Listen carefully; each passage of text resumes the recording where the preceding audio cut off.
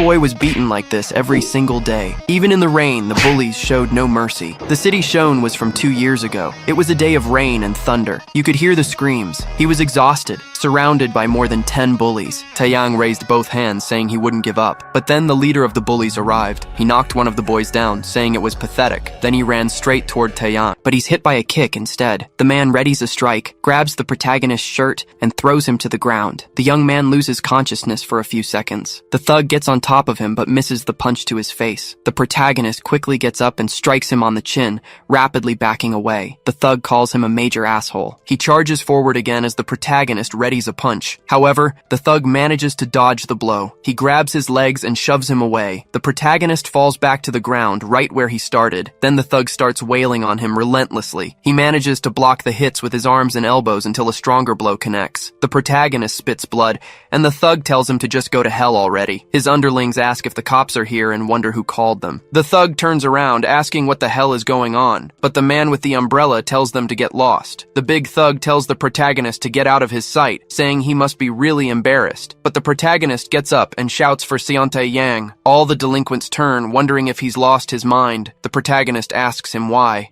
he's doing this. Taeyang replies that it's because he has to become myong wang. About 20 years ago, the most famous violent gang in the history of Taeyang City in Korea was called Kumo, the worst nightmare for the city's police. Just when the city's security forces couldn't handle the brutal escalation of the situation, someone called on the phone. A police officer asked if it was true, if the Kumo bastards had been wiped out. That notorious gang was crushed by a single man. He then vanished without a trace, leaving the school with nothing but his coat. In honor of this heroic story, he was given the title of myong wang, based on the name of the school he likely attended. From then on, it became a symbol for the strongest school in the region, and whoever held the title would be admired and feared by the students. This had an unavoidable effect on the juvenile crime rate, so Myeongwang was always a controversial topic. Yugwon Kang from Jimyong School was holding the title of the 16th Myeongwang, until recently, when he was found defeated on the ground. People comment that the new Myeongwang was from Ilwon, and that it was unexpected. A young man says that since he's a sophomore,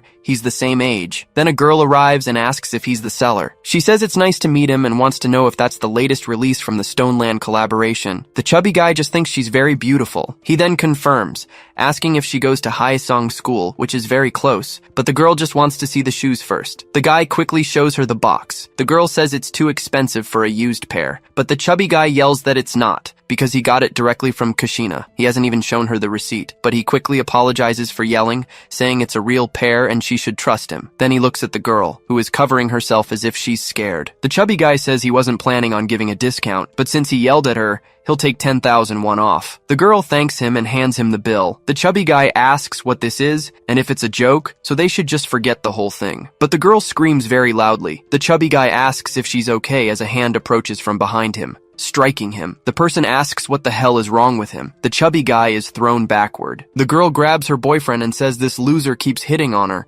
not knowing his place. The chubby guy thinks they're all from Haesong and they must have set this up. The delinquent leans down and asks what he wants, messing with girls, and on top of that, his girl. Anyway, they're going to finish this. Since he caused emotional distress to his girl, they'll consider it even. There are victims and witnesses and he's got the footage, so he shouldn't think about getting away with anything. But he'll let him go easily since he's from Myongwang School. He comments that the sneakers are incredible. The other people in the burger joint watch the scene, jaws dropped. Meanwhile, the chubby guy is seething with anger, still on the floor. On the city streets, the protagonist says it feels strange, and that he's sure this is the right way. He scratches his head, wondering if he's going to be late on his very first day of school. He follows his GPS until he bumps shoulders with one of the delinquents. The delinquent asks what the hell that was and if he's blind, but the protagonist just stares at him without responding. The delinquent says he's lucky he's not dealing with him right now. Then the burger joint door opens, and the chubby guy tells the scammer to stop right there. He grabs his shirt, telling him to give him his shoes back now. The delinquent tells him to get lost because he's embarrassing him, and the protagonist just notices they're wearing the same uniform. The chubby guy asks if he knows how much these shoes cost and that he won't sell them to him. The delinquent gets angry at this and smacks the back of the chubby guy's head. He tells June to go on without him because he's going to teach this bastard a lesson. The protagonist watches, a little confused. In an alley, the delinquent throws the chubby guy down and tells him to say another word if he's so bold. cold. He was making it seem like they were scammers, and he let it slide even though he was messing with his girl. And this is how he repays him. The chubby guy says he didn't do anything and just wants his shoes back because he's not selling them anymore. The delinquent grabs his hair, smashing his head while calling him a bastard. He tells him he doesn't even think before he acts. He hits him several times while his friends smile. Then he warns him that he'd better get ready because he's going to regret this. Then a backpack is thrown, hitting one of the idiots in the back. The protagonist lunges forward with a flying kick.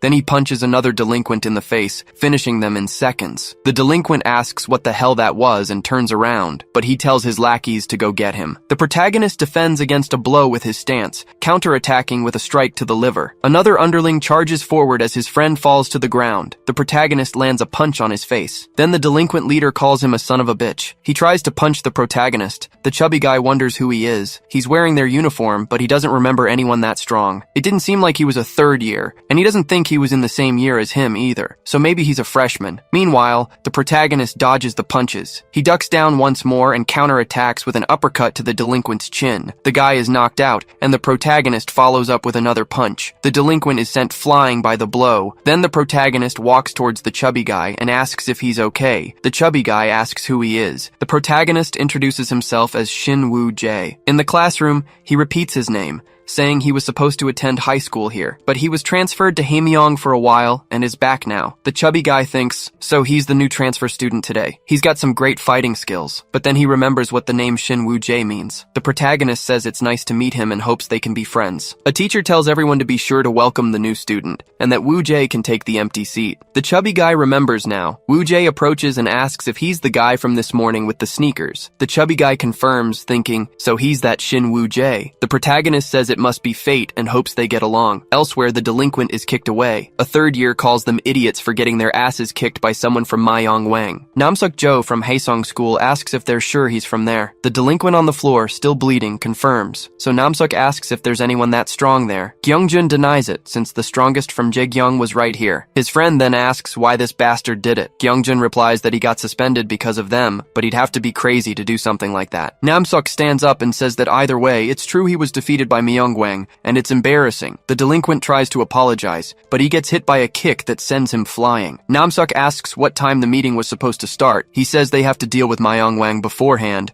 since he was very curious about who that idiot was. As the day goes on at myong Wang High, the protagonist thinks that he wanted to transfer here. But it wasn't just about seeing Seontae Yang anymore. He wondered what he should do. The chubby guy approaches and calls out to his new friend, thanking him for his help this morning. Woo Jae says it's no problem and takes the drink, thanking him. The chubby guy wanted to ask him something. He asks if he's the first leader of the Dawn. He celebrates, ecstatic that it's really him. He can't believe he's meeting a middle school legend this way. But he heard the first leader of the Dawn was expelled. Shin Woo Jae asks who told him that. The day passes, and he explains that this was the reason he came back here. Woo Jae replies that he was right, and that he will take down the Dawn by himself. The chubby guy tells him to wait, saying he was probably out of their league, but the Dawn was on a completely different level. He quickly changes his tune when he sees him get angry and starts praising him, but says going alone against everyone would be insane. Shin Woo Jae says it's fine and tells him not to worry. He was dying to crush these guys anyway, and was going to send a message, but he wanted to know how. The chubby guy replies that he doesn't think he needs to worry about that. He points out that the guys in front of them were from Haeseong. He bets they're here because of what happened this morning, but then he hides behind him, scared. Woo Jae asks what he's doing. The delinquents scan each student, trying to figure out who the idiot was. The chubby guy explains that the man with the eyebrow piercing was the strongest from Haesong and a member of the Dawn gang. Woo Jae says that must be it and steps forward. Everything was working in his favor, but then a student bumps into his shoulder. A group of 5 people walks past the protagonist. The chubby guy thinks they are freshmen. Cheol Sang-yu asks what the hell they were doing, messing with someone's school. Namsuk Jo says that without Jaegyeong, this place is a shithole. He admits the guy has balls for a freshman, but he was being very disrespectful. Cheol-sang says he doesn't need to be polite. A teacher shows up with a bat, asking what they were doing. Namsuk asks if they should go somewhere else, if he's got the guts. In an abandoned building, the two groups face off. Cheol-sang warms up while Namseok just stares at him, not reacting. Woo Jae watches from afar, asking why he has to stay crouched like this. He could just beat them all, but the chubby guy shushes him because it was about to start. Cheol-sang rushes forward with his fist, throwing several blows, but Namseok just dodges them easily. The freshman tries another hook, but his opponent dodges again. Stepping back for a few seconds,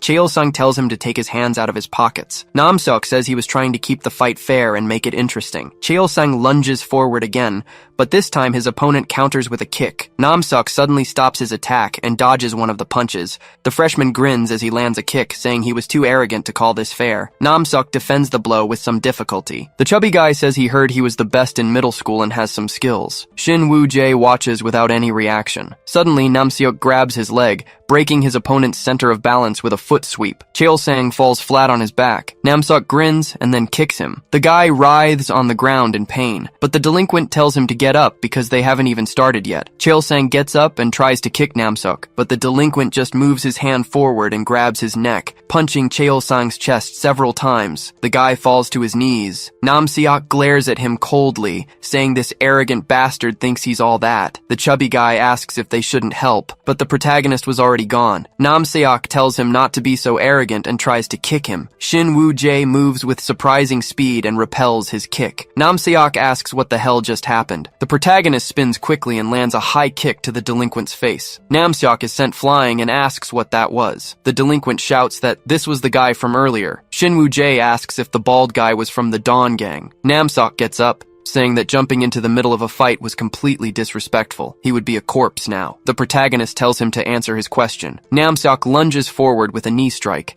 asking who he was to even mention the Dawn. But the protagonist dodges it and moves to the side. He moves his fist at extreme speed and knocks out the delinquent, sending him flying. The protagonist tells them to go tell the idiots from the Dawn that Shin Woo-jae was back, especially that bastard named Seontai Yang. The rumors about Myong Wang beating everyone from Haesong were huge, and the news spread quickly to other schools. At Jimyong High, a guy sits in his chair and asks if that's all. His subordinate congratulates the sunbai on a good job. The boss says he should be studying for the entrance exam but can't focus. Maybe it's because he's still pissed about how things went. He introduces himself as Youngmon Kang. He wanted to know who the next Myong Wang would be. The guy says he wasn't interested in that kind of thing. Youngmun replies that he must not have heard the news. Apparently, Haesong High was beaten by someone from Myong Wang. This isn't something to ignore, and since Namseok from the Dawn was defeated, the rest of the gang can't just sit around. The Dawn has been too quiet recently, and they must focus on what happens in their territory to stay safe. His classmate replies that he'll keep it in mind, and Youngmun says he doesn't want to pressure him. But since he lost the Myong Wang title, Jimyong was no longer safe anyway. His classmate asks if the title is that important. An unspoken rule exists that no one can touch the Myong Wang school, and even alliances like the Dawn must follow it. This was the most interesting championship in high school. He says he can tell just by looking that the guy who defeated him and became the new Myong Wang, but he bets he'd give him a run for his money. His classmate replies that he doesn't know who he is, but wants to know how he could defeat a guy like the sunbai. Youngmun says he's being too modest. Jongjin Nam replies that the second-year meeting is about to start and he's leaving now. His sunbae tells him to remember that the school's future is in his hands now. Jongjin leaves and repeats, Myong Wang. On the rooftop of Jinsung Technical High School,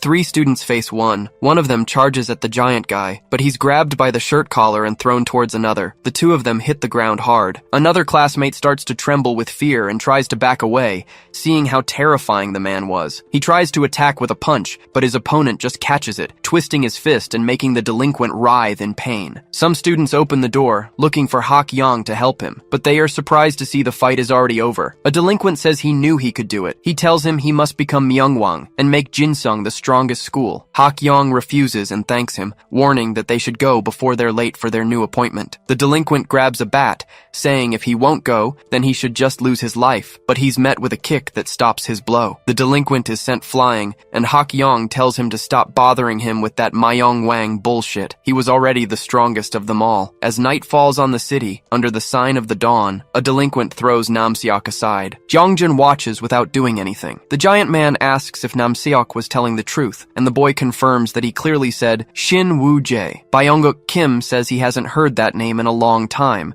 asking his buddies if he isn't right. Ria-san replies that she'd heard some rumors about him and was curious, but apparently he has a cute side. Jongyeon Hong tells her not to let Seontai catch her saying that, asking if Hyokjun doesn't agree. Byongguk asks if that was everything the idiot had said. Gyeongjun confirms but gets punched in the face and is thrown aside, asking what the hell he was, calling him pathetic. Then he notices something as the door opens. A young man walks towards them. Byokuk speaks to Seontae, breaking out in a cold sweat. Rhea does the same, along with his other friends. Seontae Yang from Ilwon School was the new Myong Wang. He takes a sip of coffee, asking if he was serious. Byokuk confirms that he transferred and heard he made a grand entrance. Seontae says the reason he called this meeting is that now that he's the Myong Wang, he can no longer manage Dawn. So starting today, he's stepping down as leader. Everyone in the room is completely shocked by this. Rhea asks why he's doing this, saying he can't just leave like that. Byokuk agrees. Now that he's the Myong Wang, he should be leading Dawn even more. He wants to know why he's throwing away a perfect chance to make money. Rhea tells Jonyeon to say something, but the nerd just asks for the reason. Seontae replies that he wants to be a Myong Wang people will respect for a long time, just like his brother. Byokuk says that's right, asking if he was the 7th Myong Wang. Jonyeon coughs a few times to get his attention. Seontae replies that's the reason. To be a better Myong Wang, he needs to level up. Now Byokuk was the new leader of Dawn. Everyone comments that he's making a rash decision and wants to know why him. Seontae asks if everyone has forgotten why Dawn exists. Byonguk worked hard to expand their influence and brought in tons of money. That proves he's qualified to be the leader. Rhea asks why so suddenly, especially since Doyeon isn't even here right now. Byonguk slams the table, shouting, "That's enough of this damn talk." He wants to know since when do they challenge Seontae's choices. He asks the others if they agree, and Jonyeon replies that if that's the decision, he'll follow it. Seontae confirms that he is the new leader of Dawn. He will follow in his footsteps from now on. And Byonguk understands. But setting that aside, he wants to know about that asshole, since he seemed to know his place. Seontae replies that in that case, instead of dealing with him himself, why not have Hyokjun take care of him? Byonguk replies that it's a good idea, and as always, he's thinking ahead. Hyokjun should go and have a tearful reunion. But the man tells him to cut the crap. Byonguk tells him to watch how he speaks to his leader. But Hyokjun replies that he's leaving. Seontae says he'll meet him eventually, and it would be better now than any other time. Hyokjun confirms this without turning around.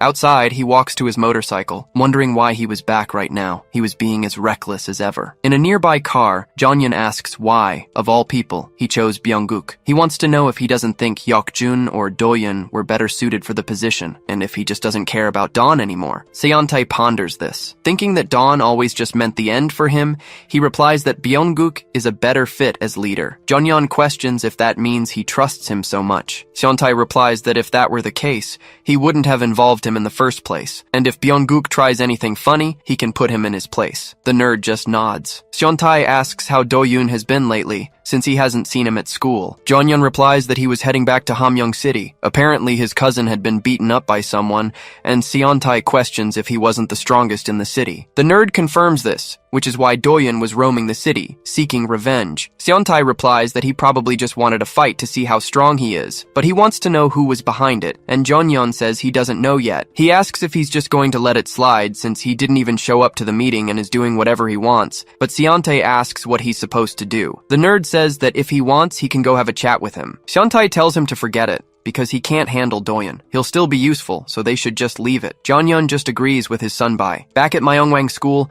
people are spreading rumors. Some delinquents start to surround Shin Woo-jae and the new group following him. The protagonist gets a little tense about this. Even while he's eating, they're watching him, or at the urinal when he's taking a piss. Shin Woo-jae sighs, putting a hand on his face, wondering how long they're going to keep this up. Chil-sang asks his sunbae to please take him under his wing. The other underlings repeat the same thing. Shin Woo-jae tells them all to shut up. The chubby guy questions his long face. He should be happy his hubaes are his fans and will be back before the transfer. Shin Woo-jae replies that he doesn't need them and they should just leave him alone. The chubby guy says it's true that their school has gotten livelier since he arrived. He thought it would be a fair trade, but everyone got completely beaten by the guys from Haesong. With him taking care of Namseok, they shouldn't have any more problems. Other people go on with their lives as the protagonist looks back. The chubby guy says this means bigger problems will come in the future. Namseok was the strongest from Hansong and part of Dawn. They won't just stand by and do nothing. Shin Woo-jae says it's fine, and it's better if they all show up at once. The chubby guy replies that he told him, no matter how good he is at fighting, he can't beat everyone at once. The Dawn gang being strong is one problem, but all their followers are vicious. That's why he needs allies, whether it's a sunbae, a hubae, or a friend. The protagonist looks out the window, thinking about what he said, remembering when he was with Seontae, until someone curses him out for taking up the whole hallway. The other delinquents ask what they're looking at and tell them to show some respect. Cheol-sang asks what this is about. A blonde guy questions if he was the one who defeated Nam Namseok Jo from Haesong School. Woo Jae wants to know who the hell he is, dodging the blonde guy's punch. He recognizes the speed and puts some distance between them, wondering what the hell that was. Jae-gyung, a third year, says the rumors were true. Woo Jae wanted to know what was going on. Then Jae-gyung looks back, telling him he should go to the cyber cafe after school. The protagonist tells him to stop right there, saying he's no one to give him orders. Then a girl shows up, calling for the protagonist because the bell rang. Woo Jae tells Jae-gyung to wait and ignores the girl. Hyeri grabs his clothes. The protagonist asks who she is to butt in. Hyunjun appears, asking if he really doesn't know who she is, because she's his class representative, Hyeri Chai. Outside the school, some students murmur as they see Hak Yong. His friends say they were wondering where they were going earlier, but now they want to know what they're doing here. Then the guy shows a teddy bear. A week ago, Hak Yong was reading a webtoon on his phone. A smile spreads across his face as Hyeri runs. She bumps into his chest and drops her umbrella, scraping her knee. Hak Yong apologizes for it, but the girl replies it was her fault, as she should have watched where she was going. He had a scratch on his face. Hak Yong touches it without realizing. The girl tells him to wait and hands him a bandage. Hak Yong holds the bandage and thanks her, blushing. Looking at the name on her shirt, the girl runs off, apologizing for it, walking behind her friends. Hak Yong watches her with a blush on his face, but he notices a teddy bear on the ground and asks her to wait. He holds the stuffed animal in his hands. His friends question whose it is. Hak Yong raises his eyes but gets annoyed right after, with Woo Jae calling Hyeri and her saying he was right and should say it again before he forgets. The protagonist asks how long she's going to do this, following him around like that. Hyeri asks what he's talking about since they're just going the same way. But just as she heard, he's fun, and she hopes they can be friends. Woo Jae asks what the hell that's about and tells her to forget it, while Hyunjin says she's been looking for him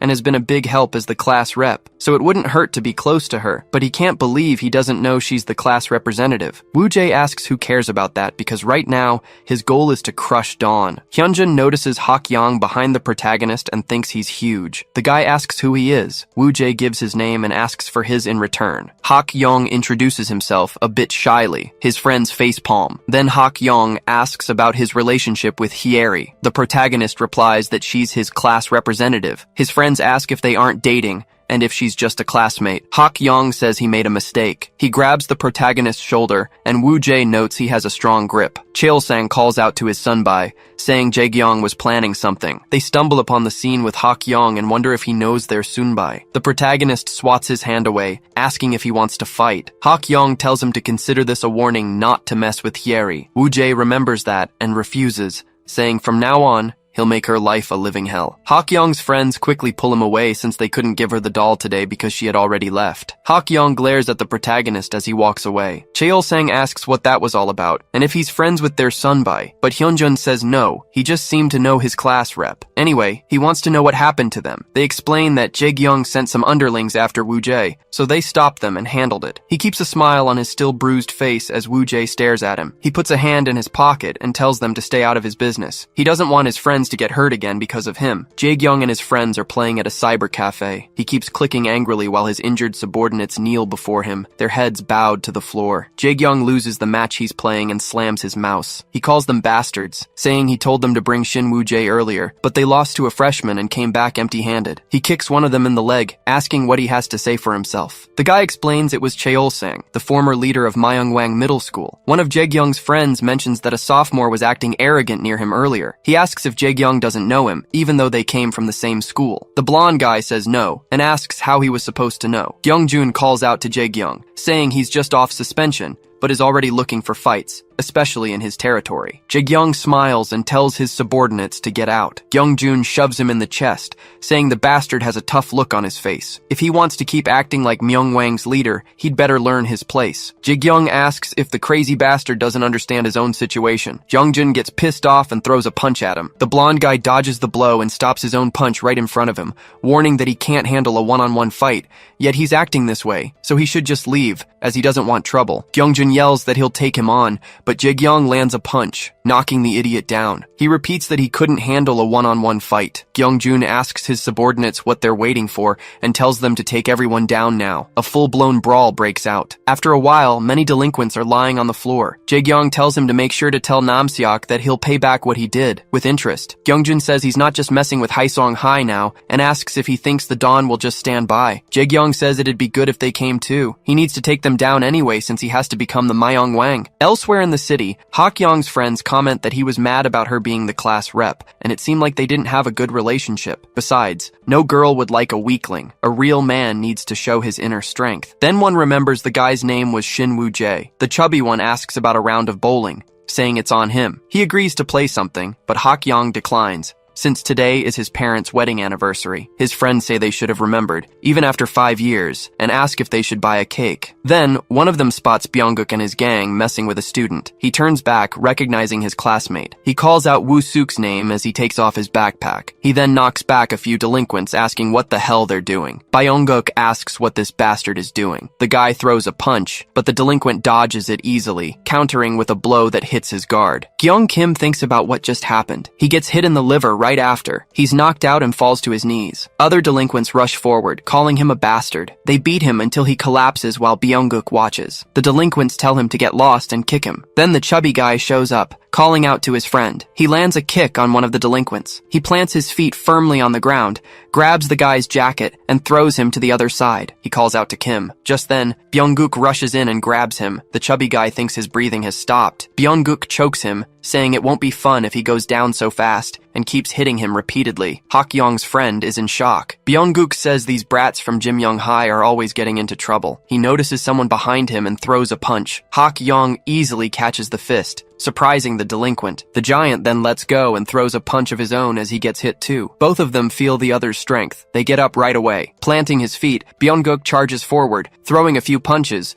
but Byung-guk tries another punch, but Hakyong easily dodges it. He counters with a powerful punch that Byung-guk blocks. He comments that the guy is a bit heavy. He notices something, and Hakyong tries to hit him again. However, the giant notices something too. Byung-guk plants his feet and lunges for a tackle. Hakyong is pinned against the wall and groans in pain. Byung-guk says it's over now and punches the giant in the chest several times. He smiles, but then a shadow falls over his face. Hakyong counters the blow, saying there's no way that's happening. Byung-guk thinks the bastard is asking for it and turns again, countering with a blow to the giant's face. Hakyong does the same with a hook. They trade blows for a long time, with neither side gaining an advantage. The delinquents watch, dumbfounded. Hakyong rushes forward again, and his friends are stunned. Kim wonders if this is really a high school fight, and who this monster is that's fighting on the same level as Hakyong. Byung-guk swings his fist again and hits the back of Hakyong's neck, but the giant doesn't fall and counters with a hook. The big guy stumbles back from the impact, bracing himself against the wall and planting his feet. The delinquents call out to Byung-guk. Kim thinks he wouldn't be messing with the Dawn for no reason. Byung-guk moves forward, thinking it's been a while, and he should get serious in return. He goes for another tackle. Hakyong wonders if he thinks he'll fall for the same attack and tells him to bring it on. But instead of grabbing his waist, Byung-guk grabs his thigh, thinking this is the end of the fight. However, Hakyong plants his feet on the ground. Using all his strength, he lifts Byung-guk and crashes to the ground with a suplex. All of Byung-guk's friends call out his name, and Hakyong's friends do the same. The delinquent gets up, saying it's far from over, but Hakyong is already on his feet, holding his backpack. Byung-guk asks where the hell that bastard thinks he's going. The guy replies that's enough for today. Byung-guk tells him to come on and fight. However, Hakyong replies that it's his parents' wedding anniversary. Everyone is surprised by this. His friends think about him saying that in this situation. They know they have to stop before it's too late. Kim looks back and asks what his friends are doing, and if they aren't coming. They both follow him without question. One of the delinquents tells the bastards not to go, asking Byung-guk if he's really going to let them leave. He says he should hurry up and finish this, but Byung-guk grabs him by the neck. Byung-guk asks who the hell this bastard is to butt in. The guy trembles with fear, but the delinquent tells him to drop it, thinking that despite his appearance, he's quite peaceful. It's been a while since he felt so excited. He said it was his parents' anniversary, and next time, he'll definitely crush him. At home, Hakyong announces he's back. His parents ask why he's so beaten up, wondering what happened and who did this to her son. His father just gives him a cold look. His sister asks what's the point of being built like King Kong, and his mother scolds him for the words he used with his brother. He's always reading romance webtoons, and that's why he's weak. Hakyong hands over the Taisimdang cake and congratulates him. His sister takes the cake, saying it tastes amazing, and his mother says her son is the best, as always. He watches them both, but then shifts his gaze, looking at his father. Hakyong nods at him. The cake sat on the table, only partially eaten. Then the young man starts hitting the punching bag. He remembers saying he was the strongest, but he had been beaten up by Byung-guk. Then he strikes the punching bag with all his might. He wonders what he was even saying. But then he starts picturing Shin Woo-jae with his hand on Hyeri's shoulder. He gets enraged and starts pummeling the punching bag repeatedly. Then he starts gasping for air, exhausted. His father says his punches have no destructive power. They're just strong and random. Hakyong calls out to his father as he walks away. His father says that given the state of his face, it must have been a pretty tough guy. Hakyong tries to deny it, saying that if it weren't for his birthday, he would have finished him. But he wants to know if being the Myongwang is really that impressive. He should know better, since he was the second Myongwang after all. Yoon Pil-young replies that he's not sure what he means, but there's one thing he can guarantee. It means being recognized as the strongest in high school. Sure, for someone like Hak, it might not make sense, but at least he was able to protect his school and his friends, including his girlfriend at the time, of course. That girlfriend is Hak's mother, and now that he thinks about it, time has flown by. Anyway, just hitting hard doesn't make you invincible. When your fist is loaded with your entire body weight and you have the ideal stance, the destructive power is on another level, he says, punching through the bag. That was the fist of a myong wang. Hak's mother asks what that noise was, saying it's driving her crazy. She yells that whoever it is will be finished if she catches them, as Hak and his father duck down. Hak stares at the punching bag and clenches his fists. In his bathroom at home, Cheol-sang is taking a shower. He recalls Shin Woo-jae hitting Naesuk and thinks it was an incredible blow. If it's him, he might even be able to challenge the Myongwang. In comparison, even though the opponent was a third-year leader, he didn't expect to lose so easily. He can't stay down forever. Even if his goal has changed, his determination is the same as when he started high school. Just as he decided from the start, he will become a kingmaker and put Woo-jae on the throne. And to start, he needs to train. The next day, he's knocking out a delinquent. The guy admits defeat easily, and Cheol-sang thinks that he needs to become the strongest freshman. The young man goes from classroom to classroom, defeating each of the strongest fighters. Then he asks who his next rival is. The day goes by at school, and a delinquent mentions that the freshmen are fighting for the top spot. Jae-gyung asks if they hadn't already settled the freshman rankings. A delinquent says he doesn't want an easy win just by riding his Hyung's coattails. But since you were worried, I'll use this opportunity to show my skills. I am Chu Ha-jin, a kingmaker, paving the way for him to become Myongwang. People surround the fight between the two strongest freshmen. Cheol-sang thinks that Chu Ha-jin used to be a Myongwang squad leader, but he shouldn't be arrogant. He looks old for his age. And what's with that tattoo? Both think that if they defeat the other, they will become the boss of the freshmen. Chu Ha-jin throws a punch, but Cheol-sang dodges, thinking that he's faster than he looks. Then the chubby guy spins around quickly and lands a kick that sends his opponent flying. Cheol-sang groans in pain, clutching his stomach, but Chu Ha-jin gives him no time to rest and charges forward with his fist, hitting Cheol-sang's guard. The crowd shouts his name. Cheol-sang thinks that was a close one, having blocked the punch. Chu Ha-jin comes at him with both hands, shouting, "Try defending this."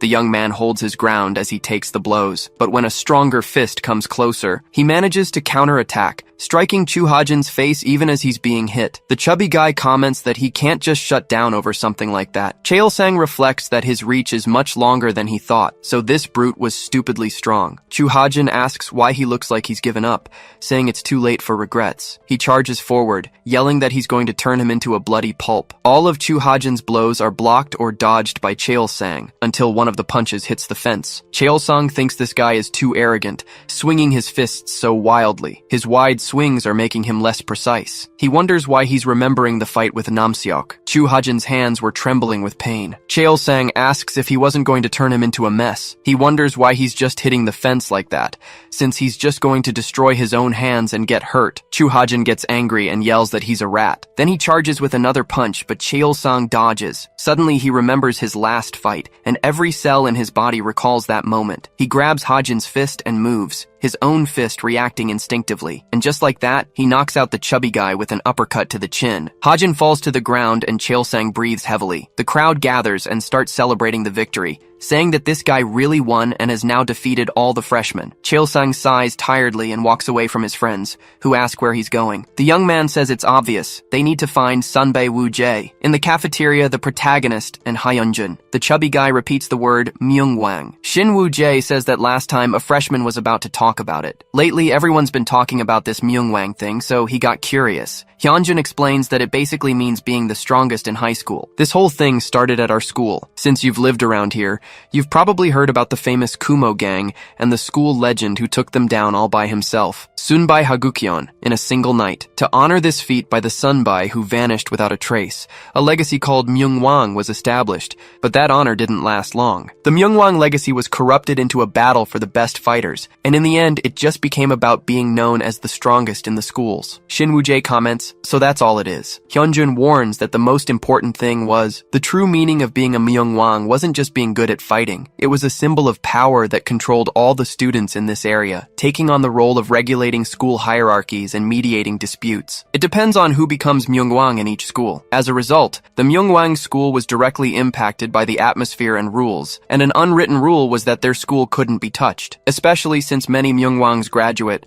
and go on to take positions in politics or become government allies. Lots of people are grateful for the support they provided. Myongwang became a path to a world bigger than just the student community. In contrast, there were also some horrible and extreme myongwangs who started their own criminal groups or joined gangs. Woo-jae asks who the new myongwang is. Hyunjun says that someone recently took the title, even though he's new. It's probably someone you know. Remembering when he was betrayed by his friend who wanted to become a myongwang, he says there's no way. Hyunjun repeats the name, Yang Seontae from Ilwon High. The protagonist wonders why he did it in the end. Then the chubby guy hands him the phone. Looking at the screen, Woo-jae is immediately enraged. It was a video of Seontae Yang fighting another guy. A girl in the middle of it all is recording. Members of the Dawn gang surround the fight to watch, while other people surround the former Myungwang. Youngmon approaches the fight. He asks if Seontae said he was a sophomore. To challenge him, he'd have to be qualified. The young man replies that he must be, or today's fight wouldn't be happening. Youngmon comments that being the second son of the Ilwon group makes things easier. Seontae replies that's a very childish notion, so his opponent questions if being the leader of Dawn is what qualifies him. After all, most of his gang were leaders who produced kings from various schools. But this was even better, because with his defeat today, Dawn would also be annihilated. Seontae comments that he was curious how much of his fighting spirit would be left. Youngmon gets into his fighting stance and calls him an arrogant brat. Everyone is surprised by this as Seontae moves forward. He jumps and tries a kick, but Seontae dodges by ducking. They both face each other. Seontae readies his fist, but is almost hit by Youngmon before he can strike. Then,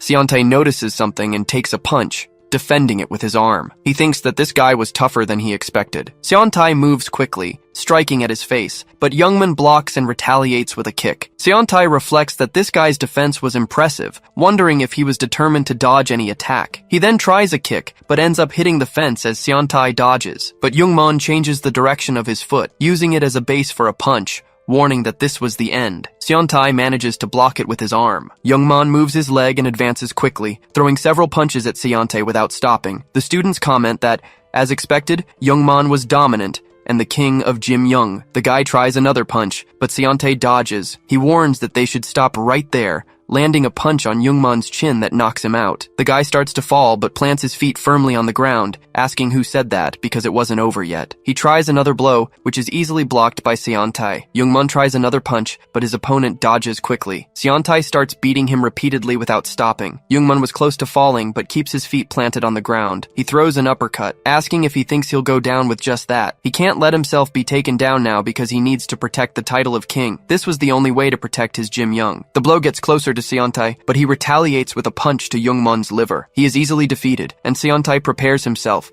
kicking him to send Youngmon flying away. Everyone is shocked as the guy hits the fence. He lies on the ground, unable to do anything else. Seontae approaches him and prepares to hit him again, but someone grabs his hand, telling him they should stop right there. Everyone from Dawn is surprised by this. The hooded man says the match has already been decided. Youngmon was defeated, and Seontae watches this coldly, but he breaks free and turns to his friends. Everyone celebrates his victory with immense joy. Yang Seontae from Ilwon High School became the 17th king. In the classroom, Woo-jae thinks that this was his old friend. As the day goes on, Hyunjin gets worried about him, looking at his friend while Woo-jae's mind could only remember the video. He thinks he can no longer find the image of Yang Seontae that remained in his memory. He wonders why it matters now. Then he turns to Hyunjin, talking about this whole king thing. Cheol-sang runs towards his senior. Woo-jae asks if he got into another fight, seeing how bruised his face is. Cheol-sang replies that it's a mark of his fighting spirit. Hyunjin and Woo-jae look at him surprised. Cheol-sang says he finally became the freshman leader, and Woo-jae replies that he'll become one too. Hyunjin is surprised, and Woo-jae says he's going to become Myungwang. Everyone is surprised, and Cheol-sang tries to say he'll be his right-hand man, but Woo-jae tells him to get lost. He wants to know if he can fight the guy who became Myungwang, just like in the video. Hyunjin replies that it's not that simple. To fight a king, he needs the proper qualifications. Woo-jae asks about that, and the chubby guy explains that over the years,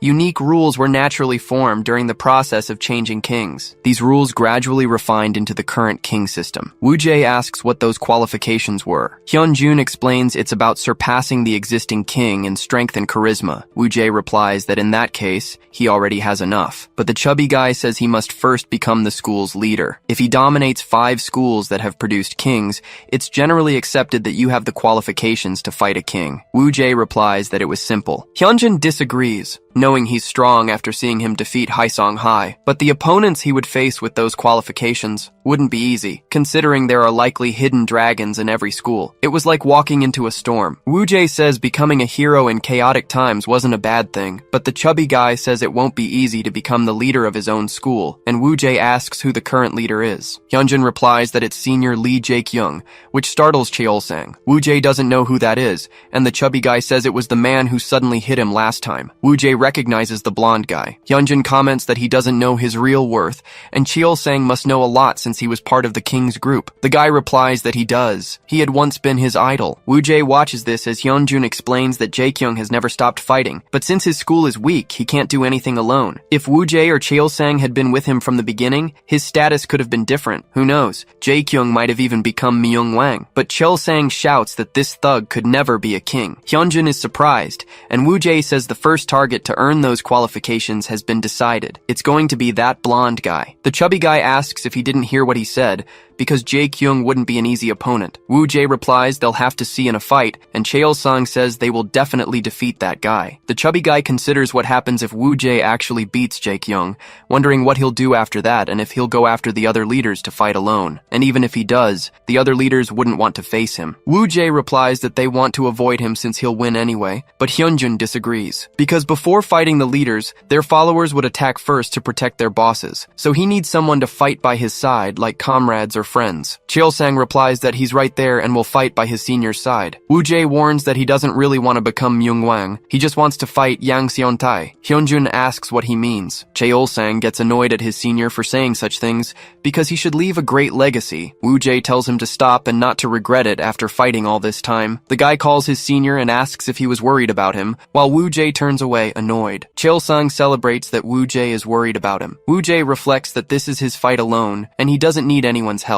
It doesn't matter who they were or how strong they are. He would take them all down, and Yang Seon-tae should just wait, because he was going to hunt down his old friend. Elsewhere, Chu Ha-jin kept his head down as a delinquent kicked him for getting knocked out by a weakling. This loser should get out of there. Chu Ha-jin says he's sorry. Jae-kyung says that's enough. He never thought that guy could defeat Cheol-sang anyway. The delinquent asks about the second year, but Jae-kyung says he'll move on his own. If he keeps these two under his wing, his path to becoming myong wang would be closer. The next day, Woo-jae yawns while Hyunjin mentions that the other school leaders were determined. Cheol-sang wishes his seniors a good morning as he walks towards them, but Woo-jae walks right past him without answering, and Hyunjun is surprised. Cheol-sang is saddened by this. At the school store, the two are annoyed to see their favorite food is gone. Woo-jae complains it's a shitty day, and his friend agrees, but Cheol-sang shows up with the 2 slices of pizza, commenting that it was the most popular in school, just for his senior. Woo-jae replies that it's not his thing, and Hyunjun thanks him. Cheol-sang shouts that he can't just leave it like that. Woo-jae asks what he means. Cheol-sang replies that he should tell him what he likes, so we'll have it ready for him tomorrow. Woo-jae turns, asking if he's some kind of gangster to be served like that. Hyunjin jokes that he'll be the one tomorrow. Cheol-sang thinks that even if he's pushed away, he won't give up. But a few hours later, he wonders if it would be better to do just that. His friends ask what he's giving up on, and Cheol-sang replies that it's about senior Woo-jae, wondering why he didn't like him. Another friend comments that he was acting like he got rejected by a girl,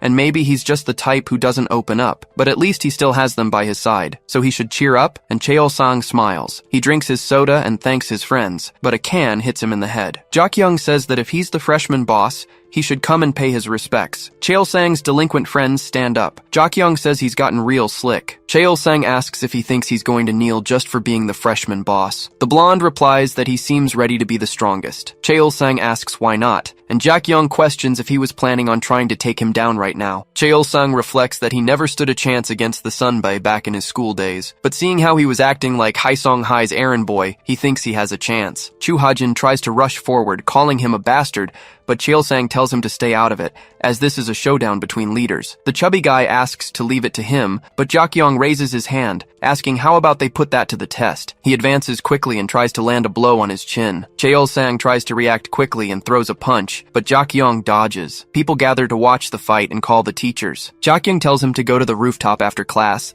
as he's going to teach him some proper manners. Cheol-sang gets angry and lunges at him, saying they should settle things now, but the blonde refuses and moves his foot up to his face. He says this reminds him that if he's coming on his own, he should bring Woo-jae, since he'll kill two birds with one stone. Cheol-sang thinks that he would go for him. He has to defeat him no matter what. This was the only way he could forgive himself for once admiring and following him like an idiot. On the way to the aura room, Woo-jae asks what the chubby guy is staring at. Hyunjun says he hasn't seen him around. Cheol-sang was usually walking around and saying hi to them, and Woo-jae says just thinking about hearing that makes him mad. It was nice not having to deal with him. Hyunjun stares at the protagonist without saying a word. Woo-jae asks why he's doing that since it's creepy, but the chubby guy wants to know why he's pushing everyone away, and not just Cheol-sang. He's never seen the protagonist talk to anyone else. Hyeri and the others want to be friends with him, but he's always hostile. Woo-jae asks if he's worried about him being antisocial, and says he has things to do. All he cares about is defeating myong wang, or rather,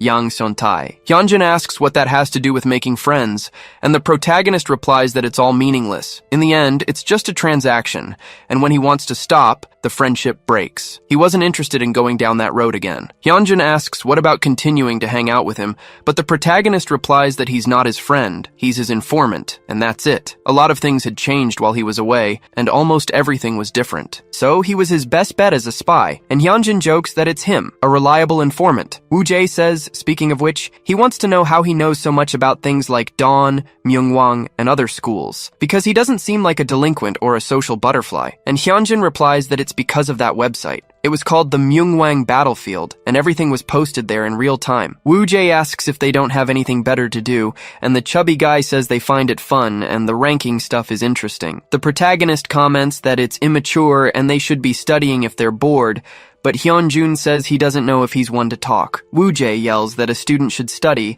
and that he originally planned to focus on his studies. The chubby guy wants to know how his math performance was going, but it was going to be tomorrow, and he shouldn't blame him since he was the one who brought him to study in the first place. A delinquent calls out to Woo-jae and asks for help. The chubby guy comments that Cheol-sang is being beaten up by Jae-gyung's gang. Woo-jae questions if fighting is all they do, and why they are coming to him like this. Hyunjin asks if he's not going to help, but the protagonist replies that he's not going to lose his life. But he seriously wants to know if he didn't think it was cowardly to leave him like that, because a real friend would stick by his side until the fight is over. The delinquent understands this and yells that he wants to fight with him too, but he was no match for them and only got in his friend's way, so the only thing he could do for him was this, begging for the protagonist's help to save his friend Cheol-sang. Woo-jae looks back, remembering the past where Seontai said they had more enemies than expected, but he should stay close because he would protect him. The guy complains that he should stay calm because he's by his side, betting that they are best friends. Woo-jae calls Cheol-sang's friend and asks where that idiot is right now. A delinquent is thrown across the rooftop. Cheol-sang's group was defeated, with only him keeping his guard up, while Jae-kyung's group had minor bruises. He asks if that's the best he can do with that attitude,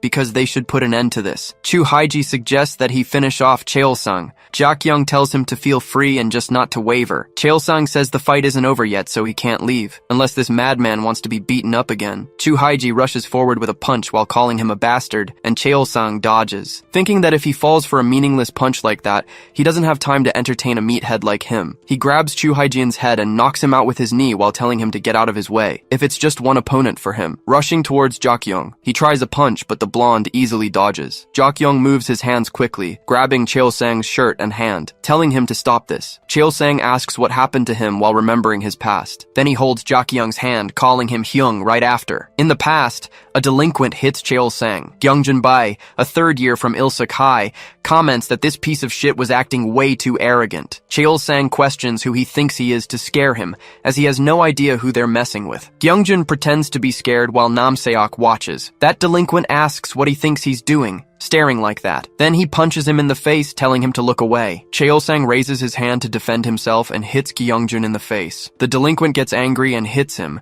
but Namseok stops him by kicking the guy. Cheol-sang loses his breath for a few seconds, and his friend asks if he's okay. Namseok says that if he can't do it, they'll end it right there, telling him to get lost. Until suddenly, Jaekyung tells these idiots to stop, wanting to know who they think they are to take over Myeongwang. Namseok gets angry and calls him a bastard. Jaekyung comments that they were really feeling full of themselves, and it was time to teach them a lesson again. Namseok yells to knock out this bastard first. Then the man replies that he's right, and they should come at him, knocking out every single one of the Ilwon High underlings. Cheolsang watches this with admiration as he clenches his fists. The fight ends with everyone lying on the ground. Jaekyung comments that it's clear who the winner is, and they should get out of there. Namseok questions who he is to be the judge, so the guy replies, asking why he doesn't come at him himself this time, since he's still more than enough to beat him up. Namseok tells his underlings they should get out, telling Jaekyung to just wait because he's going to make him beg for forgiveness, and the guy replies that he talks a lot but does absolutely nothing. Then he looks at the boys and asks if they're okay, but anyway, he wants to talk to Cheolsang, wanting to know why he kept standing when he couldn't even fight. The boy replies that he just didn't want to let those idiots mock him. Jaekyung looks at him for a few seconds and laughs, saying he's got guts. Next time they should stay away from the alleys and walk on the main streets because he would see them at school. Then he walked away. That day completely changed Cheolsang's life in middle school, and to him, Jaekyung wasn't just strong. The next day he calls out to his sunbae because he was rough and unpredictable. Jaekyung remembers him from the night before,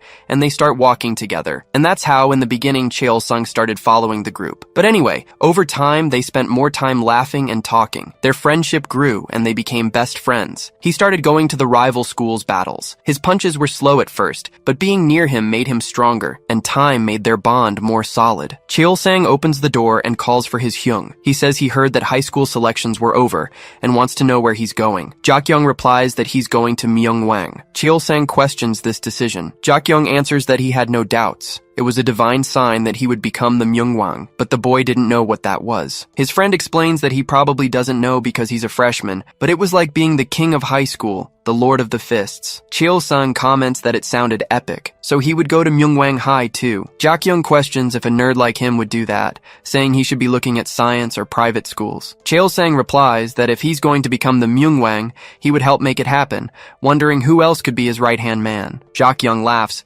saying that sounds good and he'll see him there. Until then, he should take care of middle school. He asks if he understands while holding out his fist. Cheolsang fist bumps him. Sometime later, he graduated and left the school. And as the semester began, so did the competition with the neighboring schools. As the new leader of Myeongwang High, he has to defend the status he established. After tough fights and hard-won victories, he gained control of the surrounding schools. In the process, he ended up becoming famous. As the days went by, Cheolsang sent messages to Jaekyung, but got no response. He wonders what was happening. He also can't see his profile and wonders if he's been blocked, but he decides to call him to test it. The phone says the dialed number is no longer in service. Cheolsang puts his phone away and looks to the side, wondering if those guys in the alley weren't from Haesong High, but he notices Jaekyung is with them. The delinquent hands over the payment, saying it was for that month. Gyeonjun takes the paper, wanting to know what the hell this is, and why it was just an envelope. He hits him several times for still not knowing his place. He thinks he didn't hit him hard enough last time, so when he goes to slap him, Jaekyung pushes him away, telling him to get lost. Gyeongjun questions if the bastard is out of his mind. Jaekyung replies that this wasn't their deal, but Namseok puts a hand on his shoulder, commenting that it's very frustrating. He wants to know if he's joining the gang or not, because he has to cooperate if he wants them to speak well of him to the boss. Jaekyung shoves his hand away and replies that he'll do it right next time, so they should let this one slide. Namseok says he still can't cut it. He has a monthly quota to meet. If he keeps slacking off like this, they'll have to invade Myeongwang themselves. He asks if all his students should get beaten up like last time, imagining how pathetic they were. He's only doing this to save his face. Jaekyung replies that he's full of shit. He barely got a spot in the gang after beating up weaker kids, and now he's talking like he's in charge. He asks if he isn't embarrassed, and if this is his real ally. Gyeongjun asks what the hell he's talking about. Namseok bursts out laughing and asks if he wasn't the one who got defeated by younger kids. Jaekyung tells him to shut up. Namseok says he wasn't just beaten, he must have gone crazy, because in the end, he knelt in Gyeongjun's pants and begged for his life. Jaekyung grabs his shirt, screaming that he's a bastard. Namseok pushes his hand away and curses him. He asks if his brain works or if he's an idiot, since he heard Jimyong High was out for revenge. The leader of Dawn was going to become the new Myeongwang, and the gang members would take over their respective schools. So whatever he's planning, he'd better give up. They'll let it slide for now, but he shouldn't mess up next time. The Haesong High gang walks away. talking about going for a drink. Jak-young stays in the alley for a few seconds, then turns to leave, until he hears Cheol-sang call his name. Jak-young turns around, confused. Namseok asks if they know him, and Hyunjin replies that he's that idiot. Jak-young pushes the delinquent and tells them to go get their drinks. Cheol-sang pushes past some of the thugs looking for his Hyung, but Jak-young rushes forward and punches him in the face, asking what his problem is and that he should get out of there. Namseok tells him to take it easy, since he looked like his subordinate. Jak-young spits on Cheol-sang and says just because they went to the same school doesn't mean they're friends. The boy stays on the ground, wondering why. Over time, Jak-young starts bullying other students. Cheol-sang got into the school as planned, but when he saw him again, he hurt him. They both walk, but in opposite directions. Cheol-sang looks back, thinking that the person he once admired had been completely wiped from existence. Back in the present, he questions what the hell happened to him. Calling him Jak-young-hyung, the blonde asks who knows about that. He punches him in the stomach, saying he was always too talkative. Cheol-sang kneels on the ground from the force of the blow. One of his underlings crawls toward him. Jak-young crouches down and asks why his little friend hasn't returned yet. He wonders if he didn't run to ask that bastard Woo-jae for help, or maybe he went to save his own skin, since that's reality. No matter how much they talk about loyalty or friendship, everyone is selfish in the end. That's how it works. So he should stop acting so altruistic. Cheol-sang scoffs that he's really mastered the art of talking shit. It sounded like a lame excuse he used to sleep better at night. Jak-young tells Ha-jin to put him in his place so he won't act like that again. The chubby guy tells everyone to gather around. Cheol-sang hits his head on the ground. Jak-young warns that his arrogance ends here. Ha-jin walks toward the boy and prepares to kick. Cheol-sang watches the kick, but suddenly Ha-jin's face is hit. Everyone is surprised as Hyunjin finally arrives on the rooftop. Woo-jae says he is the hero of these chaotic times. He had just arrived. Jak-young comments that he finally showed up, but he had annoyed him a little. Hyunjin watches nervously until his phone starts to ring. His phone falls out of his pocket and onto the ground. Jak-young lunges forward with his fist. However, Woo-jae manages to dodge every single blow. He dodges with extreme ease while analyzing Jak-young. The delinquents comment that this bastard can't even touch Woo-jae, and from the looks of it, he might have a tough time knocking him out. Jae-kyung reflects that he had knocked out Namseok with ease. He quickly prepares a high kick, but he thought the rumors were exaggerated. Woo-jae loses his footing to block the kick. Jae-kyung asks what happened to his bravery from before, because this was pathetic now. Woo-jae quickly warms up his fist. The delinquent charges forward saying he'll make sure he loses. Woo-jae backs into a wall and prepares to block the blow. He takes a hit from Jae-kyung. The boy suffers some damage from the situation,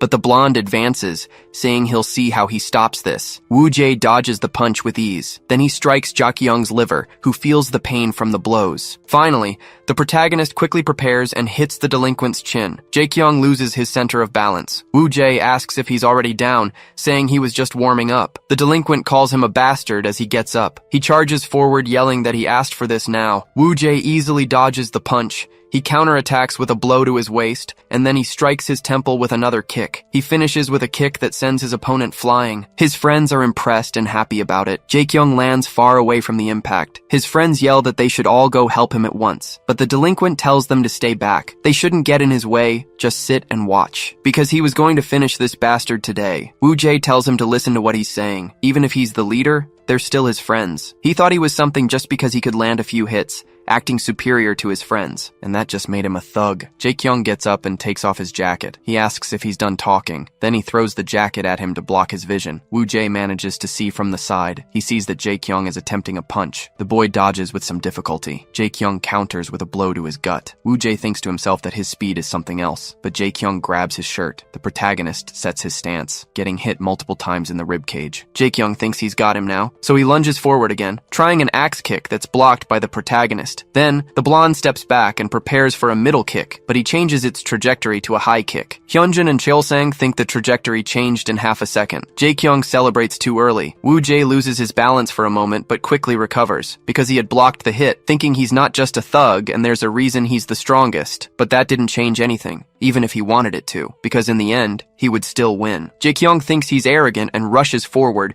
saying he'll end this in one blow. Woo-jae rushes toward him quickly too, meeting with blows that both put their full strength into. Their two fists meet, causing an impact. repeating it with the other hand. Both feel pain from it, but Wu Jie thinks his other fist was the real problem, managing to land a perfect blow on Jaekyung's face. Everyone is shocked by this. Jaekyung curses him and looks to the side, seeing Cheol Sang, while thinking how embarrassing this was. Myongwang High, where the first king was made, had been continuously oppressed by other schools from the beginning, but the school would rise once again, because he would carry on the legacy of Myongwang in his first year. In the classroom, someone throws the door open. That delinquent slams his hand on a desk, saying that to make sure the juniors have an easier time at school, they need to pay a protection fee to their seniors. Jaekyung laughs, saying he can make extortion sound pretty, but he should stop ruining the legacy of the first Myongwang and shut up. The delinquent asks what that asshole's problem is. Jaekyung asks why they don't just be more honest, and just say they're paying tribute to Haizong High. Another delinquent tells Jaekyung to shut his mouth, but the guy says to make him if they can. They all rush him, and so it began. In another room, a boy says he has no money because he paid last week. The delinquent asks if he ate yesterday, repeating the question when the boy doesn't answer,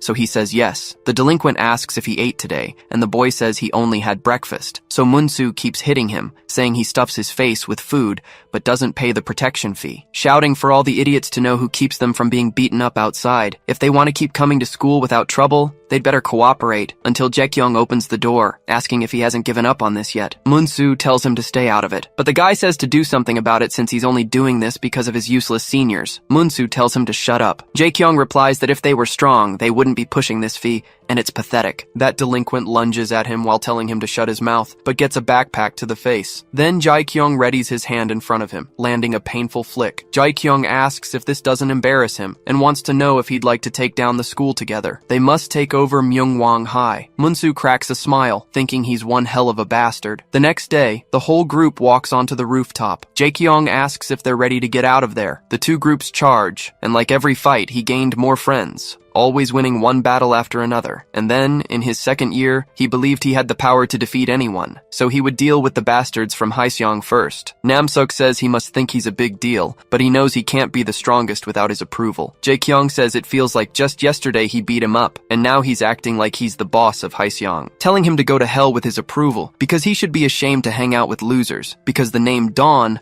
was pathetic. Namseok yells that they don't need to wait and can start the fight. Jaekyung takes down a few guys with his friends. The Hyeseong side does the same. Then the guy strikes Gyeongjun's stomach, using his shoulder as a base for a kick to Namseok's chin. He falls to the ground, and Jaekyung shouts that from this day on, they will take over Hyeseong. These bastards better bring it on, until he notices something to his side. A few motorcycles arrive and park. Byung-guk asks if those guys were already defeated so quickly. Namseok calls for his superior, and he says he showed respect like Seontae said, but he couldn't even knock out Jaekyung. The guy wonders if they're the idiots from the Dawn gang. A delinquent asks who the hell he is, and if he's from Haesong High too, charging forward, saying they'll crush them. Byung-guk readies his fist, saying they're useless trash, punching each one of them while saying that trash should stay away, almost punching Munsu in the face, as Jaekyung manages to block it with his kick. Byung-guk steps back, saying he's not so bad. Then he asks if they're just going to watch the fight, asking if he's going to handle this guy, because if he's scared, he can go after the weaklings.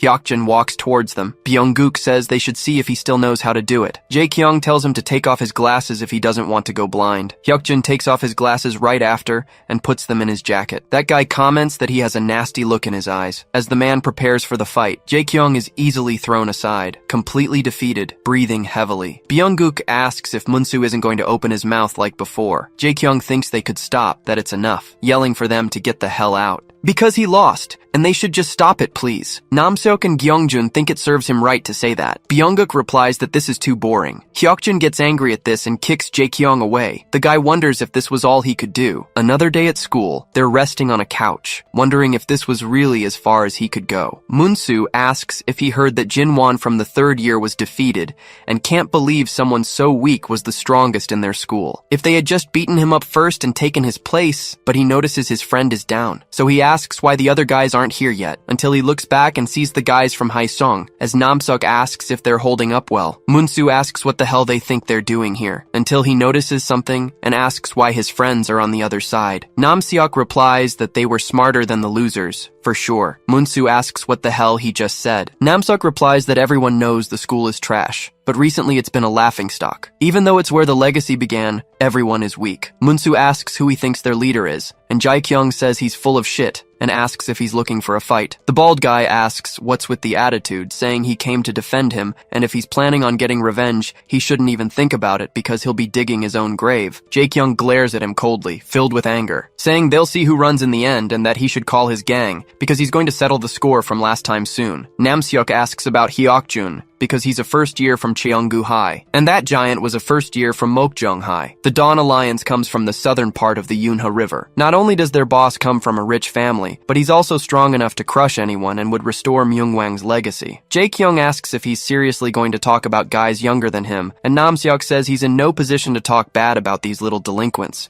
He should hear that Dawn was going to be the center of Taeyang, and the city of Hamyang was heading there. The guy says he talks too much and should get to the point. Namseok tells him to stop acting like that because he's going to cooperate with him. If he does, he'll acknowledge him as the strongest at Myungwang High. If he keeps this up, he and his partner will have a tough time. Jae-kyung yells that he's an arrogant bastard, and Munsu tells him to calm down. Gyeongjin says that from now on, they'll use him to say what they want. Munsu asks if he not only betrayed him, but is also going to be an errand boy, and the delinquent replies that it wasn't that cool. Namseok shouldn't make things worse by trying to be the Myungwang. It's better to just play school leader and make some money. He has to survive in this world, and he'll see how much more he offers. Only then will he see the guy who will take down his leader, someone the same age as him, going around to different schools to claim the title of Myungwang. Jae-kyung thinks he remembers Yugman Kang now. He had to hold back for now. No matter how humiliating it was, he would have to swallow his pride. Namseok comments that since he's cooperating now, nobody got hurt, which is good. He says he'll deposit 10% into his account. The chance for revenge was coming, and Jae-kyung would make it happen. He had been enduring for this very moment. The boy asks where he can find the other guys from Dawn. Namseok replies that things have been tense, and he's already spoken to them. Gyeongjun shouts for Namseok, yelling that something was posted on the Myungwang battlefield. The 16th Myungwang was completely defeated by the Hamyang City Alliance. Namseok looks at his phone, startled. He comments that Dawn was calling him. Munsu asks who that guy was, and Jae-kyung replies that he's leaving. The next day, he goes to Jimyong High, wondering who this guy was and how strong he had become. The Myungwang who could fight the Hamyang City Alliance. Then he shouts, demanding to know who Youngmun Kang is. He should show himself and see the face of the self-proclaimed Myungwang. Two delinquents ask who this idiot is, making all this noise in the hallway, and if some moron from Myungwang High was looking for trouble. Jae-kyung replies that he has no time for underlings and asks about Yugmon. The two advance, wanting to know who the hell he thinks he is. Jae-kyung dodges a punch and grabs his hand, throwing him to the ground. Then he looks to the side and kicks the other delinquent. He falls to the other side of the hall, and Jae-kyung grabs the delinquent's hair, asking if he doesn't know they can't mess with Myungwang High. But Jae-kyung replies that he doesn't care about that, until he notices something and attempts a high kick. Both delinquents turn and call out for Youngmun. The Myungwang manage to block the kick. Jae-kyung wonders if this idiot was him. Youngmun throws his jacket on the floor and asks why he's doing this here. The boy asks if he's the one who took down the entire Hamyang City Alliance. The Myungwang asks if that's what he's talking about, and Jae-kyung tells him to answer the question. Then Yugmon sighs deeply. He comments that he thought things would quiet down, but seeing delinquents like him, it was too soon to relax. Jae-kyung charges forward with his fist, calling him a bastard, but Youngmon just blocks it easily, holding his hand tightly as Jae-kyung lunges again, telling that bastard to get out of the way. Youngmon moves quickly and blocks his strike, counterattacking in a single motion. He replies that this answers his question, and Jae-kyung thinks that he wasn't just going to talk. Youngmun tells him to leave, as there's no need to cause more trouble. The delinquent says he's heard what kind of guy he is, so he figured they were on the same page. Youngmun asks what he means. Jae-kyung replies that he needs help to defeat the guys from Dawn. That guy asks if that's what he went through all this trouble for. Jae-kyung asks what he means, saying he seriously doesn't know who he's dealing with. Youngmun says that if it's about the freshmen, he already talked to them earlier, and they were all better than him too. Jae-kyung replies that if he just sits back, they will just play them as planned, like they did to him, and that's why they need to take them down. Youngmun asks why he should do that, and the boy replies that he's the Myungwang, but that king bursts out laughing, asking since when is the Myungwang some kind of hero. Jae-kyung asks why he did it then, why he crushed the Hamyang Alliance. Youngmun replies that it was because they messed with people from his school. Jae-kyung questions this, and the guy replies that as the student council's vice president, nothing was more important. Besides, Dawn hasn't touched his school, so he has no reason to get involved. As long as his school is safe, that's enough for him. He doesn't care about anything else. Jae-kyung asks, and what about when Dawn messes with Jim Young-hae? Youngman slams the table and says Myung-wang-hae was off limits, and they know the unspoken rule. Even when he took the title and gathered all sorts of information, he got a good idea of what Dawn is and what they're planning, but he won't let them do it. Not as long as he's the Myung-wang. Jae-kyung comments that they'll see how long his arrogance lasts. Youngman replies that he's the arrogant one here, because he's heard about him too, but for another Myung-wang to show up and act like this is the height of arrogance, especially in front of the Myung-wang himself. Jae-kyung turns away, saying whatever, and that he'll see what he does next time. Youngman says he knows no one can do anything alone. He didn't take down Hamyong City and become Myung-wang by being strong on his own, so he shouldn't waste his efforts on Dawn, because he'll just be playing into their hands, and he shouldn't lose on his own again. Jae-kyung replies that he's had enough of this and leaves, running into the two guys from before. Youngman shows a bruise on his hand, saying that kid was a hothead, but it seemed like he has real talent, and that was too bad. Suddenly, Jongjin opens the door. Youngman nods at him, and not long after, a storm of changes began to sweep through the schools of Taeyang City. Elsewhere, Jae-kyung is smoking, wondering if Cheol-sang was doing okay. But he remembers beating him up and grips his phone tightly. Moon-soo comments that the strongest guys in all the schools were from Dawn. He knows they're strong, but this was bullshit. Jae-kyung starts laughing at that, wondering what kind of face he was making right now. Before he knew it, Dawn had taken over most of the schools in Taeyang. Even the street gangs were under their control. Even though he was the leader of Myong-wang-hae, he wasn't part of Dawn and was being pushed around by Hai Seong-hae. He started to get used to the angry stares as the third years were defeated. Jae-kyung wonders if this was really how it all ended, but he denies it, thinking he wouldn't give up like this. A student offers a card with about 1,000,000 won on it. Two delinquents accept it, saying he was a good friend, and Jae-kyung got suspended because of him, wondering what they should do with him. Jae-kyung watches coldly and hands him a piece of candy, saying he heard rats go crazy for this stuff. He should eat it, and then asks, so, what does rat poison taste like? The guy starts coughing, trying to spit out the candy, but Jae-kyung replies that it was just candy, holding his mouth shut while warning him to get lost before he sets up a mousetrap. Moon-soo calls Jae-kyung and asks how he feels after a week off, calling him an idiot as he approaches. He mentions that it was Haiji he talked about before, and he's at Buksung High. Chu Haiji introduces himself and yells that Moon-soo has told him a lot about him, because he's gonna back him up now. Moon-soo comments that he's really strong and can easily beat 3 or 4 guys from Haesong. Jae-kyung says that, speaking of which, he wants to know why Namseok has been so quiet recently. Moon-soo asks if he hasn't heard, saying he definitely thought he knew. Jae-kyung tells him to just spit it out. The guy replies that they were defeated by a second-year transfer student the other day. At that moment, Jae-kyung felt a small glimmer of hope. Moon-soo says it took less than 2 hits, and apparently Namseok first went up against a freshman. His name was Cheol-sang. He was the strongest at Myungwang Middle School, and he seemed decent. Jae-kyung recognizes the name, and Moon-soo continues,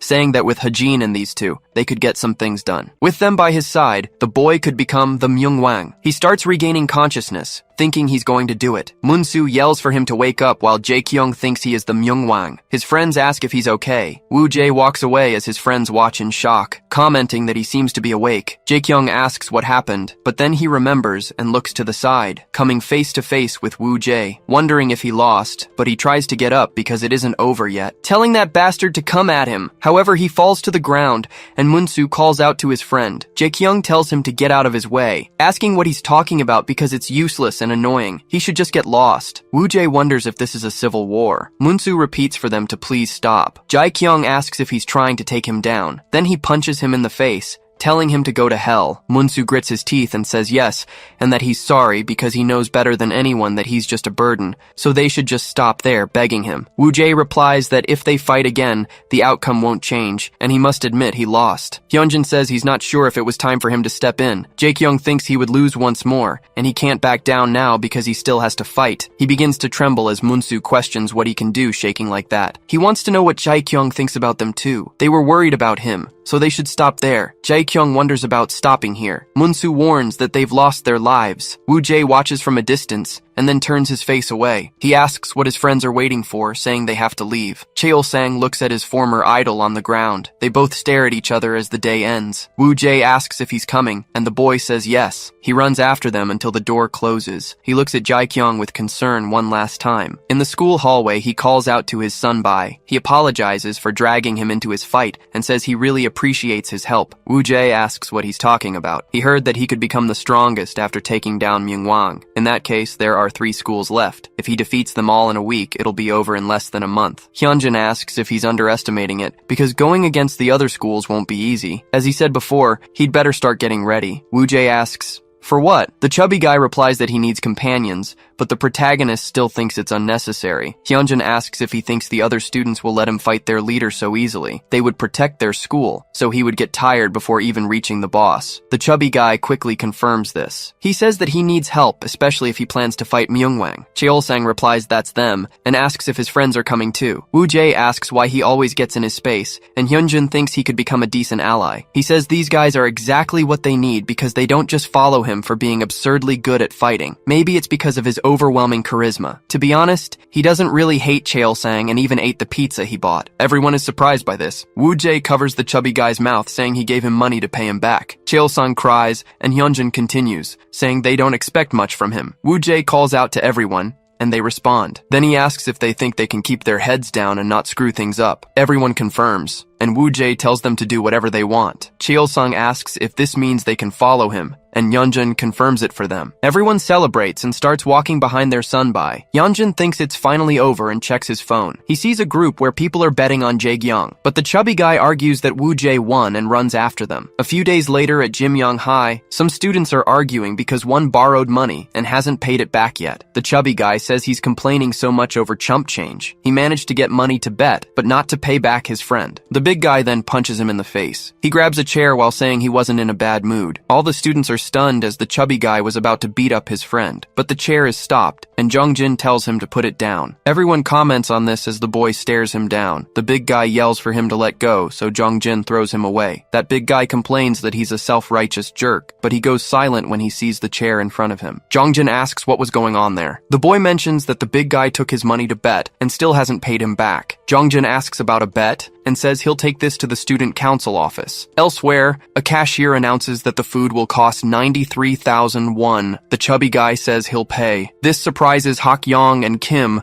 who were taking out their cards. Walking outside, Kim asks why he's been paying so much recently, and the chubby guy replies that they paid way more before. Hak-young asks if that really matters. Kim says no, but it's really strange, because he suddenly got a new phone, and his new backpack and shoes are even from expensive brands. The chubby guy asks if he can't have nice things like that. Kim asks why he's acting this way. He was just saying he's been spending a lot. That chubby guy says that's enough of all this. He wants to know if they're going to the internet cafe to digest their food. He tells them to follow him, while Kim remarks that something isn't right. Elsewhere, Jung-jin says it's clear that a significant number of students were involved in this. It was Lunette, an illegal betting site. Youngman says it's finally spreading to their school too. Jung-jin asks if he knows about it as well. The boy explains that he recently heard rumors that some school thugs teamed up to do this, but he never thought something so absurd would be true. Jung-jin replies that only students can use it, and they use coins instead of money, so it probably seemed like a game to them. Youngman replies that they should postpone the emergency student council meeting until tomorrow, and Jung-jin agrees. But anyway, he comments that he found a lot in a short amount of time. He started looking into it because of all the recent student fights, and it's part of his job as a council member. So this could get more complicated since other schools are involved. It all leads to copies of student IDs or youth cards that link to a website. Myong High was handling that part, and Youngmun thinks it was him. Jung-jin says Haseong was taking a lot of money from these kids who lose, and Mokjong High was in charge of scaring them into paying it back. Youngmun recognizes the names of all the schools, and Jung-jin tries to say who was behind it all.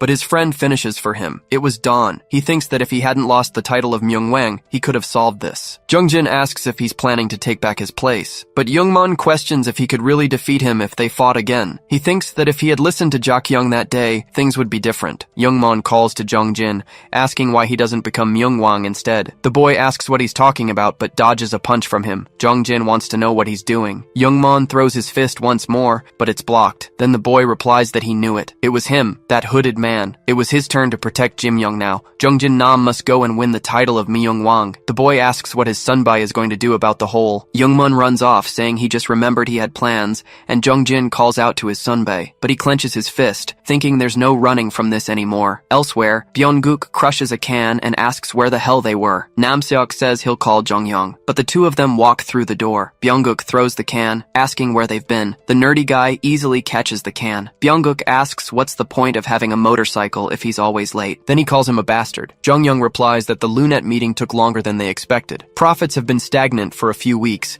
and as expected, they were only targeting students with clear limitations. Nam-seok was handling things at Myungwang High, but now they're planning to place a leader in each school. They are also going to open Lunette to other areas in a month. Nam-seok asks if the deadline isn't too short, because if they increase the interest rate like that. Jong-young replies that Lunette can be quite profitable, but it has many limitations and weak security. The next project is almost ready anyway. Nam-seok asks what will happen to him if Lunette ends. Jong-young tells him not to worry, because they still need their sunbae. Byung-guk says he's a smart-ass kid, but anyway, he wants to know about the thorn in the side of the gang loan sharks recently, because he knows how impossible it is to collect from them. Hyuk-jun and Mercury wouldn't hunt those guys down. Nam-seok replies that it's difficult to control the new leader of Myungwang. Byung-guk asks who the new leader is, and Nam-seok answers hesitantly. Then the giant says it must be that bastard Woo Jae. He asks if Hyuk-jun would really defy Seontai's orders. The boy tells him to shut up. He'll deal with it. Byung-guk asks if he wants him to step in, or if he's hesitating because they used to be friends. He wants to know why Seontai even accepted him, since once a traitor, always a traitor. Hyuk-jun rushes forward, telling him to shut his mouth, and Byung-guk runs at him, saying they should settle this now. However,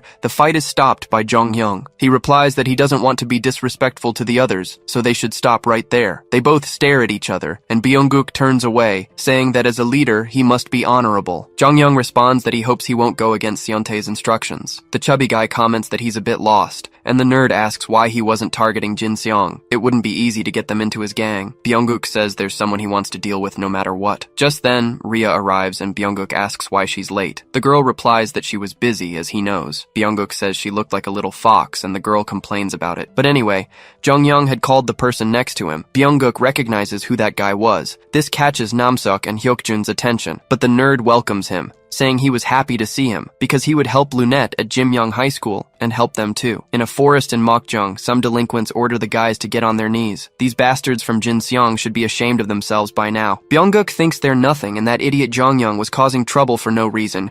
He wonders if the guy who fought last time wasn't their leader. He has to run to him while he's messing with Jinseong, and when he does, he'll crush him to pieces. Elsewhere, some students are talking. One of them says there's an event, and if they sign up, they'll get 100,000 coins. The other two comment that it's incredible and they just need to send their student ID and youth card. The guy says that's right, and that he'll send the link because it's super easy, but someone arrives and calls out for Sang-min. He gets scared of Chu Ha-jin and Munsu. In a warehouse, they push Sang-min and throw him to the ground. Munsu asks if Jae-kyung didn't tell them not to do this at school, and if he's ignoring that now. Sang-min hits the wall, asking what else he was supposed to do. Jae-kyung hasn't shown up at school and isn't even answering his calls. The bastards from Haesung were coming after him every day, and it doesn't matter what he said, because he'll do anything to survive. Munsu says he should have told them things were like this. Sang-min asks what difference that would have made, since there's nothing they could do. Sang-min gets up from the floor and walks away. He says he's too ashamed and has had enough, so they should just look the other way. Munsu and Chu Ha-jin hang their heads low, but then the guy kicks a can away. He asks what class Cheol-sang was in because he needed to talk to him. The next day on the rooftop, Woo Jae is annoyed as the delinquents hang their heads. Youngju scratches his head, and the protagonist sighs. He says he told Cheol-sang to stay quiet, and he said he could, which the guy confirms. So Woo Jae replies that he was wrong to trust him. The delinquent answers that it was a misunderstanding. Cheol-sang denies it, and everyone shuts him up. That delinquent says that because he shook up Ye-kyung's gang, all these guys who hated him started acting up. But since they don't have the guts to take him down, they formed groups and started picking fights with them just for being close to him. The guys tried to stay away at first because of their promise, but they can't just be pushed around forever. So they were just trying to keep him out of fights. Therefore, they tried to handle it themselves, and Woo Jae hits him on the head, saying that hardheads stick together. He wants to know if they think he only keeps them around to be his underlings. Youngjin tells Woo Jae that it doesn't look like they started anything. Ever since he defeated Jae-kyung, things like this were bound to happen. Woo Jae thinks for a moment. The chubby guy replies that's why they were going to do something. Woo Jae asks what, and he tells him to show them who the boss of Myongwang is. The damn rooftop door bursts open. Some delinquents ask if he thinks he can just come to their rooftop because he defeated Jae-kyung, and asks if he's Woo Jae, because nobody said he could fight. The real leader of Myongwang was him, Ji-hwan No, who lunges forward with a punch. Woo-jae easily dodges and lands an uppercut on his chin. Ji-hwan is thrown back, leaving everyone stunned. The protagonist comments that he was annoyed because his real fight is with someone else, but they were bothering him, so he was ready to end this. The delinquents watch as Woo-jae shows them how it's done. At dusk, near the bridge where the betrayal happened, Hyukjun takes off his glasses, remembering the moment Seontae said he had to become the myong wang. So he abandoned Woo-jae, who gets up and asks how that was a reason, telling Seontae to stop as he falls to the ground. Then, a friend calls out to Woo-jae and tells him Hyukjun is there. The guy runs to him and calls his name, but Hyukjun's eyes were red. Seontae appears and says he's twisted. Of all places, he wants to know why here, and Hyukjun puts his glasses back on. He says there's no better place to get Woo-jae than here, but he wants to know why he came back after getting beaten like that, and Seontae replies it must be for revenge. More importantly, he wants to ask him to hold Woo-jae off for a long time. Hyukjun replies that it seems he doesn't trust him. Seontae says they've been friends since elementary school, so he thought he would always be by his side. But 2 years ago, he sided with Woo-jae, so he thinks he's a little hurt by that, and he should understand. Hyukjun replies that he thought he did the right thing and still does, so if it happened again, he would make the same choice, and Seontae agrees. The guy comments that his strange obsession hasn't changed at all. He should even look at the symbol of dawn with that girl. But Seontae takes off his glasses, throws them on the ground, and steps on them. Hyukjun asks what the hell he just did, and Seontae tells him to keep in mind that he's not the one who should be angry, because the anger is for Woo-jae, and if he finishes him this time, he will trust him completely. Commenting that the new glasses looked good on him, Hyukjun keeps looking straight ahead. From a distance, Byung-guk asks if that bastard is talking shit about Seontae, and Jonghyun says he doubts it. He's been even quieter recently, probably because of Woo-jae. Byung-guk asks if that's really it. The nerd asks who he thinks would win if they fought, and Byung-guk replies it had better be Hyukjun. Jonghyun agrees, because there's no stronger fuel than his anger for Woo-jae. Byung-guk says he doesn't care who wins, because if he loses, he could deal with Woo-jae himself, just like he did last time. Jonghyun says there's no need for him to get involved, because even if someone fails, there was someone more precise to eliminate Woo-jae. Byung-guk thinks that clever bastard is planning something. The nerd replies that he should worry about dealing with Jinsung first, since the guy who fought him before was from there. Now it was time to go after the real target, and Byung-guk wonders how he knows that. Then he takes out his phone, looks at a picture of the chubby guy, and comments that he's going to finish the job, and he had gotten the bait he needed. Hak-young's sister opens the door and asks why Kim is there at this hour. He waves at Ha-yoon. His mother says if there's a guest, he should come in, seeing that it's Gi-young. Kim says good evening to Hak-young's mother, and asks where he was. The guy enters the room and asks what he's doing in the dark. Then he smacks him on the head, saying a friend shows up, and he doesn't even say hello. But Hak-young turns on the light and calls his friend. He had just gotten out of the shower. Gi-young turns around, startled, and Pil-young stands up. The guy apologizes to him. He just ignores it and says he put his clothes in the wash. Then he walks out and tells him to have fun. Hak-young says they will, and as soon as the door closes, Kim asks if he put his dad in a chokehold. The legend of his school and the second Myungwang had been taken down by him, and Hak-young replies that it was all good. But Kim notices he still has the stuffed animal. He asks if he's not going to give it back, and Hak-young says he was going to but didn't get the chance. Kim tells him to make an opportunity,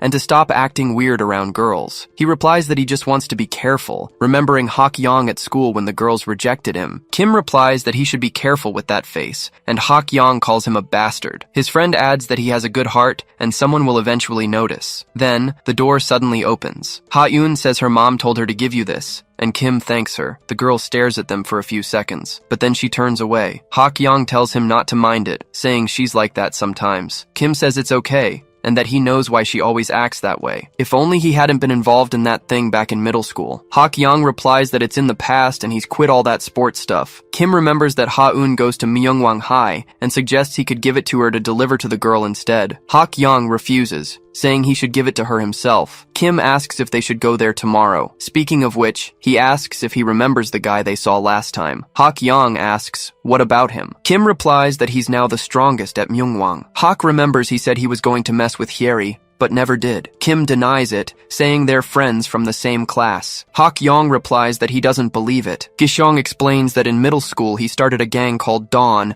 and its first leader was Woo-jae, but he got expelled and left. He wonders if it's someone with the same name, because if it's that Woo-jae, he would be famous. Hak-young asks why he's so interested in him, but Kim denies it. He just wants to know about the school, because not long ago some guys were totally beaten up by the Mokjong school, and Byung-guk was involved. Hak-young asks what that has to do with anything. Kim explains he was going to involve his school in illegal activities using Lunette, an illegal betting site, to threaten students. Hak-yong replies that's pathetic. Kim says what worries him is that Chang-ho might get caught up in this pathetic mess. The guys from Mokjong have been hanging around school looking for him. It's only a matter of time before the two of them face off. If they fight again, I'll make sure he can never set foot in this school again. Hak-yong shouts that he'll show him how strong he is, but he rips an arm off the plushie. Kim says he's going to Chang-ho's house tomorrow anyway. Elsewhere, he runs into an abandoned building, but several motorcycles pull up. Chang-ho tries to shield himself from the lights as Byung-guk greets him, asking how that bastard has been. At school, the guys thought Woo Jae was strong, but what they saw on the rooftop that day was completely insane. It wasn't just a victory, it was justice and complete domination. He wasn't bluffing. He could really become the next Myung Wang. They were clearly wrong about him. He's in a different league entirely, but admiring him isn't enough. If they want to help him get to the top, they'll need to get stronger. A delinquent comments that hanging out on the rooftop gives off a total MMC vibe, which obviously stood for Myung Wang's main crew. Hyungjun and Cheol-sang think they can't believe they have to deal with this guy, but Woo Jae smacks him on the head, saying he's making jokes without even knowing why he comes up here. Youngjun replies that he's been doing it during every break, not just lunch. Woo Jae says he's been feeling uncomfortable. At some point, people started avoiding him or acting weird around him, and it hasn't been easy. He just figured it would be better to stay out of everyone's way. Youngjun replies that he's the leader now, so maybe the others are just trying to be careful. Woo Jae says that, in the end, he's just another thug. His friend calls his name, but Cheol-sang says that avoiding it won't fix anything. He asks why he doesn't just own it, since he's not like Jae-kyung. And then, if he becomes Myung Wang, he'll still be different from the others. Woo Jae thinks that he's right, and avoiding it won't change a thing. He came back because he can't keep running away, but he says to wait a second, realizing he just agreed with a hard head. Everyone turns to Cheol-sang, and Woo Jae says he was right, because he's going to show them that he's different. But that goes for all of them too. They have to prove they're not like the rest. Munsu shows up wondering if it's charity day, but he says he needs to talk to Cheol-sang in a classroom at another school. Some students from the disciplinary committee are blocking other students from passing, while two of them look apprehensive. A nerd hits a classmate, asking if they all showed their bank accounts and talked about them, saying it shouldn't be that hard. Then he turns and hits another guy, asking what's the point of having a brain if he doesn't use it. He slams his hand on the wall next to a girl, asking if she thinks he didn't hit her because she's a girl. She says that's not it. The girl says that he got a new phone and other things, so he brought in results. If she doesn't do the same, then she'll have to pay in another way. But the door suddenly opens and everyone calls out Jongjin's name. The nerd replies that they were fighting over the girl, so he stepped in to warn them. Jongjin looks to the side and asks if he can have a moment. The nerd says that even if he is the president, it's a bit much for him to meddle in the disciplinary committee's affairs. Jongjin says yes, but there's a rumor that the committee is involved in some kind of illegal betting called Lunette. He asks if the Sunbai would care to explain. The guy says he's acting like this when he knows exactly what's going on. Jongjin repeats that he's asking for an explanation. The Sunbai says that ever since Youngman lost its title, the other schools have been provoking them non-stop, and now they're ready, since a war takes money. And since the commissions were good, they kept it going. If Jongjin cares about the school, he should stay out of it, because the committee will handle it. Jongjin repeats that this conversation is going nowhere, and says he will escalate this to Youngman. The guy stands up, saying that student discipline should be about reform, not punishment, but he'll make an exception for him. Saying he always acts so righteous, it's no surprise they call him Little Youngman. Jongjin replies that he'll regret saying that. The committee leader says he wants to see how far he'll take this act. Then the guy says the committee needs a reform, including him. The committee leader rushes forward with his fist, but Jongjin dodges, making him hit his own friend. The guy asks what the hell just happened, but he ends up with his hands trapped. He screams that it hurts like hell. Another chubby guy charges, telling him to let him go, but Jongjin changes his grip and moves the council leader into the chubby guy's fist. He asks what the hell that idiot was doing, because they weren't supposed to do anything. Jongjin kicks his leg and the leader screams again that it hurts. Then the vice president of the council comments that he mentioned someone beating people for money, asking if it was from Dawn, but the man screams it was Myung Wang. At Jinsong High, the teacher announces he's going to the faculty room for a second and tells them to stay focused on their work. Hak-yong screws a part onto his machine until someone calls him over and asks him to take a look at something. He gets pissed off watching the video. Byung-guk says his friend dodged something and they have unfinished business, so it was time for them to face off. Hak-yong throws the phone on the ground. He grabs the student by his shirt, asking what the hell this is. He replies that he doesn't know, and the guys from Mokjong made him deliver it. Gisyong bursts through the door, yelling and asking what happened to Chang-ho, but seeing his friend, he says he must have seen it already. They both run, telling Chang-ho to wait. Elsewhere, they find Mokjong's sign. They end up in a forest. Cheolsang asks what they want and why they brought him here. Munsu replies that he heard he and Jaekyung were close in middle school, so it pisses him off when he acts like he hates it. To him, Jaekyung is a thing of the past. Then he walks away with Chu Hai-jin, but Cheolsang tells Jaekyung to come to school, and then they can settle things once and for all. Outside, he finds Woo Jae and Hyunjin watching.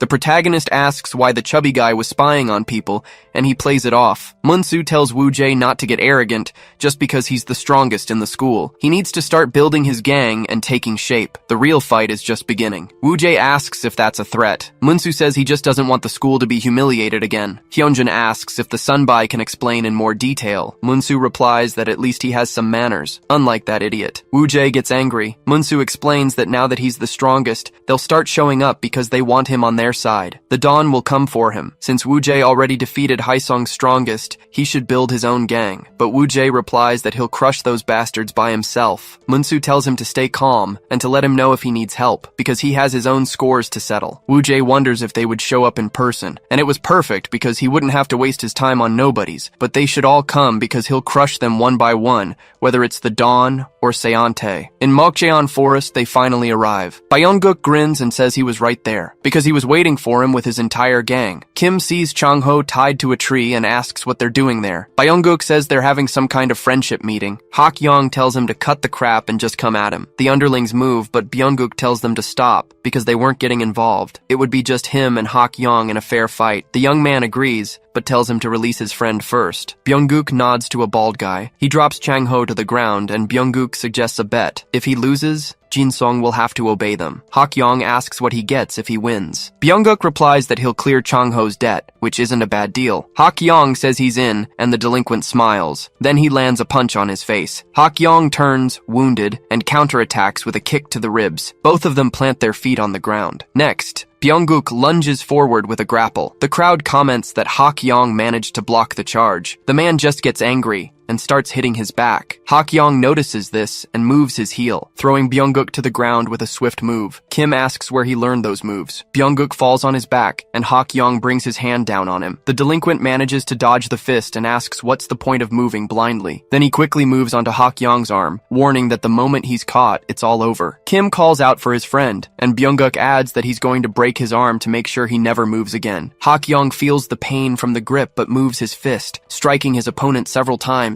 Byung-guk tells him to hit as many times as he wants, because this was the end for his arm, until he notices what's happening and says it's impossible. Hak-yong was managing to lift him with pure brute force. His underlings comment that he's a monster. Hak-yong warns that he's going to smash him into the ground, throwing the delinquent, who quickly loses consciousness. Then he says that this is the end. Byung-guk keeps holding on with his arm, saying he won't finish anything, kicking his face while calling him an asshole. He then falls to the ground, and both of them back away. Byung-guk thinks that he tried to break his arm, but he fought back. He was some kind of monster. Hak-yong realizes he has no strength left, and thinks maybe he pushed himself too hard. The delinquent notices that his arm is dislocated. Both of them rush towards each other. Hak-yong throws a punch, but Byung-guk ducks, countering with several punches to his midsection. However, he disappears, and the young man wonders where he went. Byung-guk asks what the hell he's going to do with a dislocated right arm, because he was the one about to be defeated. Everyone thinks it's all over, and Kim yells for him to stop. Hak-yong wonders if he noticed and let his guard down, getting caught in a suplex. Chang-ho calls out to his friend. Hak-yong tries to use his strength and lands an elbow on Byung-guk. He wonders how this guy still has that kind of strength. Hak-yong says he's going to throw him all at once and grabs his shirt and collar, throwing him towards the ground. A loud thud can be heard. Byung-guk gets up,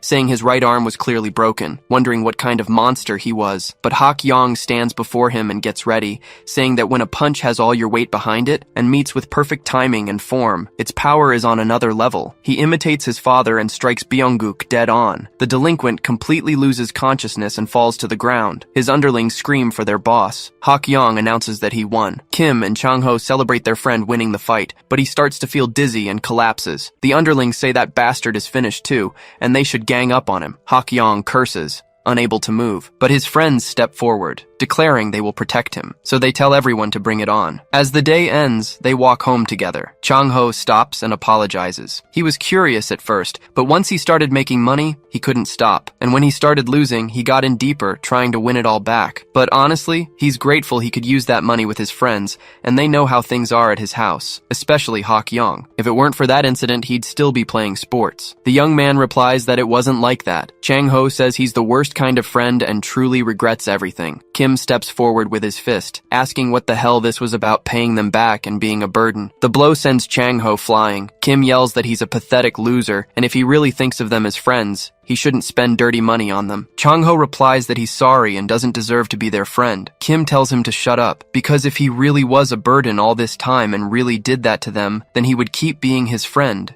and make things right. Chang-ho starts to cry and hugs them both, but he asks about what's next, because the Mokjong idiots wouldn't just sit back. Kim says they were lucky, but Byung-guk is the leader of the Dawn. Chang-ho says they won't stay quiet after their leader was knocked out, and Kim adds that the current myong wang is connected to the Dawn. Hak Yong thinks that if he becomes the myong wang, he'd be able to protect the school and his friends. So he asks if step 1 is to take over the whole school, if he wants to become the myong wang. Chang-ho asks where that came from, and Kim doesn't think he's serious. Hak Yong says he's tired of these idiots showing up. Kim thinks that Pil-yong's son is on the path to the title, and that's just absurd. On Mokjong Mountain, a fat guy says he bets the Jinsong idiots are having a good day, until he hears a noise and asks what it was. Suddenly, everyone lines up to let the two of them pass. Byung-guk was sitting on the ground, thinking how humiliating this was. Remembering when he was knocked out, he smashes a bottle. Seontae comments that he looks really pissed off, but he had said that Mokjong had Jinsong under control. Byung-guk says it was shameful, but yes, they did, until someone stronger showed up, and Jong-hyun reveals his name, revealing he was the son of the second Myung-wang. Seontae says that in that case, it's no surprise he lost. Byung-guk is surprised, and the leader comments that the whole community was talking about his defeat. The delinquent asks how and who posted it. Seontae asks if he really thinks fair rules apply to him, and if running Mokjong was more important than leading the Dawn, because he made him the leader even with the other gangs against it. He shouldn't make him regret that choice, so he'll keep his head high and obey his orders, and if he doesn't, he'll lose more than a tooth next time. Byung-guk remembers when he was younger, and Seontae asks if he thinks he doesn't know, because he doesn't need to say it again. Just do as he's told. Then he says it was Mokjong's strongest who lost, but not the leader of the Dawn, asking if he was right. He must show them exactly what happens when someone messes with the Dawn, because he's going to push forward until he sees it handled. In the car, Seontae comments that he let his guard down, since things got easier when he became myong wang. Jong-hyun says he's sorry, that Hak Yong was an unexpected variable. Seontae says he needs to call a general union meeting for the election to take place. Then he asks how Hyokjun is doing. The nerd replies that he shouldn't worry about it, because they should have met by now. Woo-jae turns around and pulls Hyeonjun out of the way as the motorcycle passes. The motorcycle parks, and the protagonist asks what the hell that was. But Hyokjun says it's been a while. Woo-jae recognizes his old friend's voice. A few seconds earlier, Hyeonjun tells Woo-jae not to walk around like that, or he'll get robbed, since it was 3 in the morning, wondering if he doesn't have a watch or even know how it was working. Woo-jae says it's easy to get things mixed up when you're focused, so he should stop being arrogant just because he's platinum. His friend says it was just a joke, but now that he thinks about it, exams are coming up and he hates it. The protagonist tells him to just treat it like any other test, and Hyunjin asks if he's already giving up. Woo-jae questions this, saying they should bet on who scores higher. Then, the scene from earlier repeats itself as he pulls his friend out of the motorcycle's path. Hyunjin recognizes the bikes. They belong to the Dawn Mobile Squad. Woo-jae asks if they were trying to kill someone and who the hell they are, but Hyunjuk says it's been a long time since he's seen him. He then approaches and asks if the chubby guy is his friend. Woo-jae questions him about it, and Hyunjuk readies his leg, kicking Hyunjin away. The chubby guy is sent flying. Woo-jae lunges forward with his fist, asking what the hell he's doing, but Hyokjin stares at him with his blind eye. Woo-jae lowers his fist, and the guy moves, striking his former friend's abdomen, then moving towards his face, and Woo-jae starts to lose consciousness. Hyunjin calls out to his friend. Woo-jae falls to his knees. Hyokjin asks if he really thinks he can take on Dawn being this weak. He should go to the Yuna River on Friday at 9, because he'll be waiting at the same spot from 2 years ago. The guy managed to get a few more days, but he can just run away like a coward. just like last time. The motorcycle gang starts to ride off, and Hyunjun calls out to his friend, but he notices Woo Jae sighing. The next day at Jinseong Technical High School, a student asks if they've heard. Hak Yong took down Byunguk in a single blow. That means their new number one is Hak Yong. In the cafeteria, he questions why, once he becomes the strongest, no one would bother him. His friends reply that this is correct. Hak Yong replies that it doesn't seem that way. Kim says they know how strong he is, but as he said before, becoming the Myongwang isn't an easy path. Some of the guys in Dawn are the strongest from schools that have produced Myongwangs, and if he's not careful, he could end up facing them directly. Hak Young replies that he doesn't know about that and doesn't care. If he becomes the Myongwang, no one will mess with them, and that's all he wants. Kim says he'll help him on this path. Chang-ho agrees, saying he'd be his loyal man. But anyway, they want to know when he's going to Myongwang High, because if he goes, he should take them along because of that guy named Woo Jae. Hak Young asks why they're bringing him up, as it completely ruined his appetite. Kim replies that he wants to check if it's the same guy he mentioned before,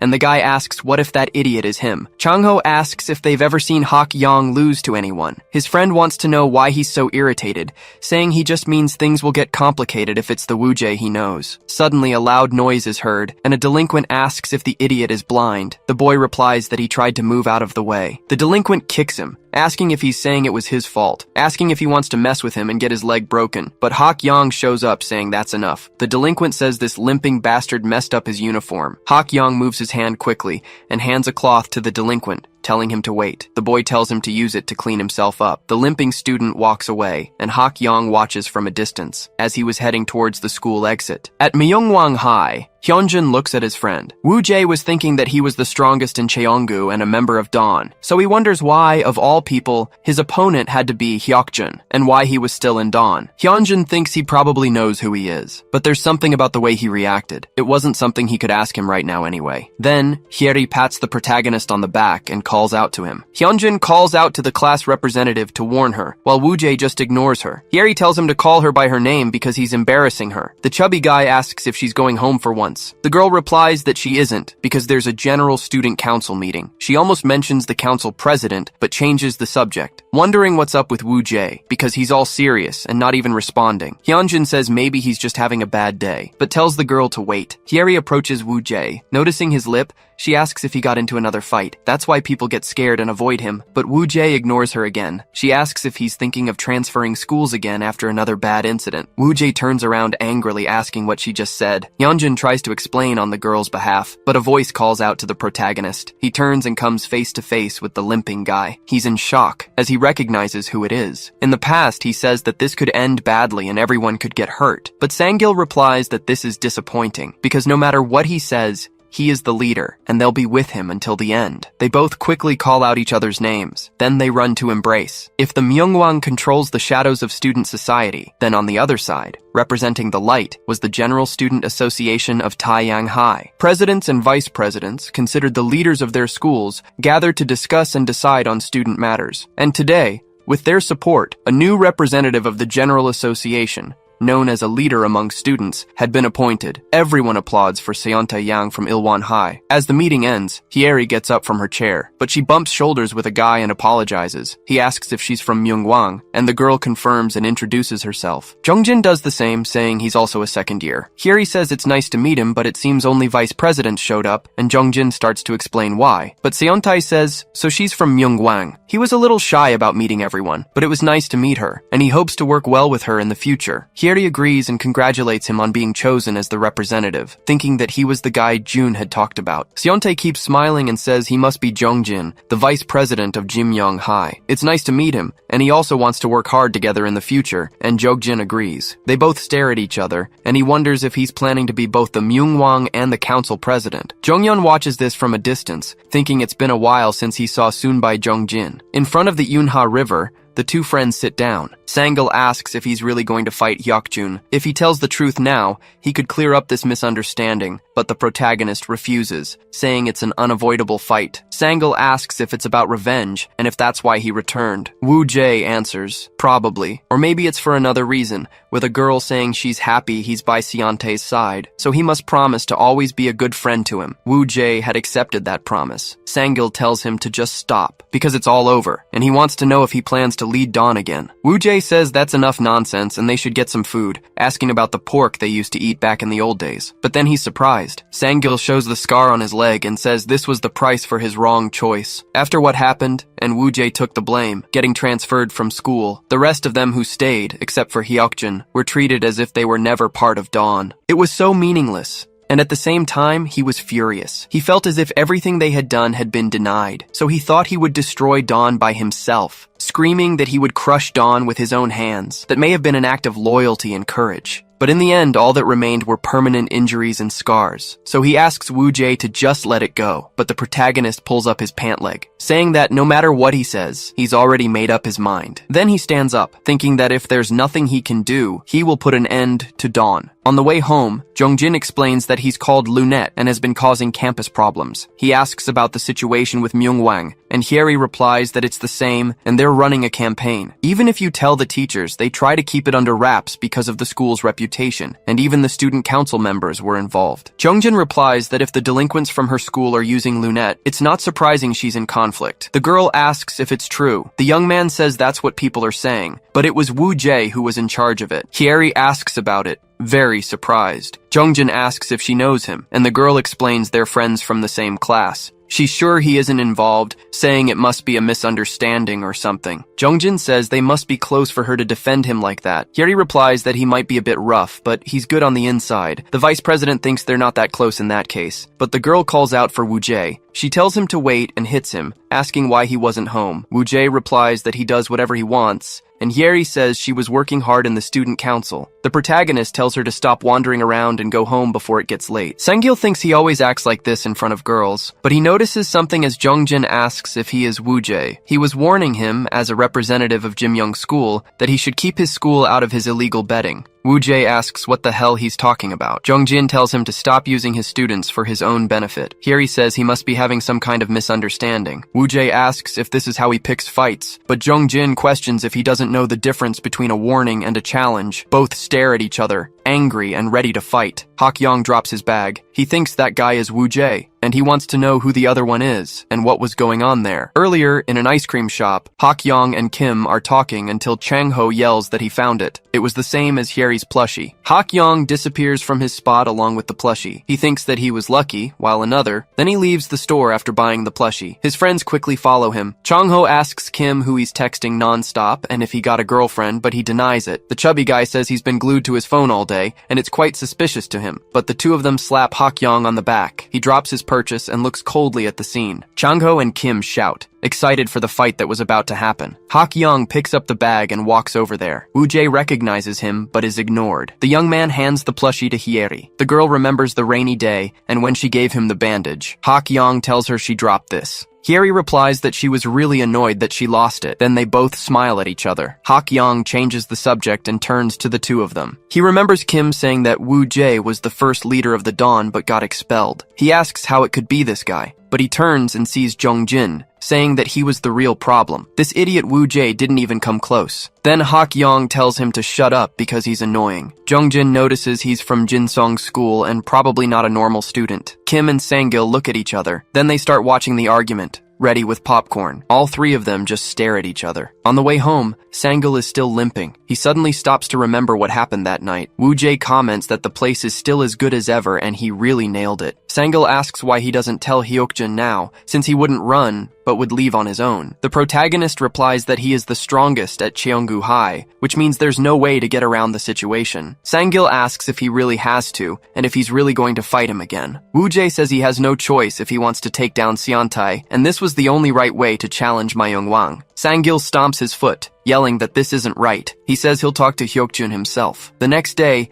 Hyunjin sits on a school bench. He had asked if Woo-jae was kidding, but he asked him not to tell Cheol-sang and the others. Hyunjin wonders if he's really going to the Mercury hideout by himself. Cheol-sang asks what he's talking about, and Hyunjin is startled by them. The group asks if they weren't the guys from Cheonggu, and that their leader was in the Dawn, adding that he heard they're violent for going around with tools like that. Cheol-sang wants to know what he was talking about. Hyunjin says it was really nothing, but the delinquents say they'll be the ones to judge change that. Woo-jae gets ready and starts walking toward the location, but he notices his friends and asks why they are there, complaining about that idiot Hyunjun. Then Woo-jae tells everyone to go home. Chael-sang says he really doesn't understand why he's going alone, but knows that's why he was looking for them. But he needs to think about how worried they are about him. This time, they're going with him. Hyunjin says they should try to go wherever he goes. Woo-jae complains that they're impossible. He keeps walking forward and bumps Chael-sang's shoulder. They all look at him fearfully, but Woo-jae asks if they aren't coming with him. They all shout that they are, and the protagonist cracks a smile. They finally arrive at the Mercury base. One of the delinquents notices they're there. Then the groups face off. Hyunjin thinks this is intense and maybe he shouldn't have come. Woo-jae asks where Hyokjin is. One of the delinquents tells him to come with him. The protagonist tells his friends to stay put, saying he'll be back after he wins. He turns and walks over, thinking that even if it's Hyokjun, he has no choice but to fight. Hyokjun thinks he'll have to be the one to take down his old friend. Both prepare for battle coldly. Hyokjun was waiting with a motorcycle beside him. Then he remembers when he was kicked. Byunguk says this one-eyed guy wanted to lose his life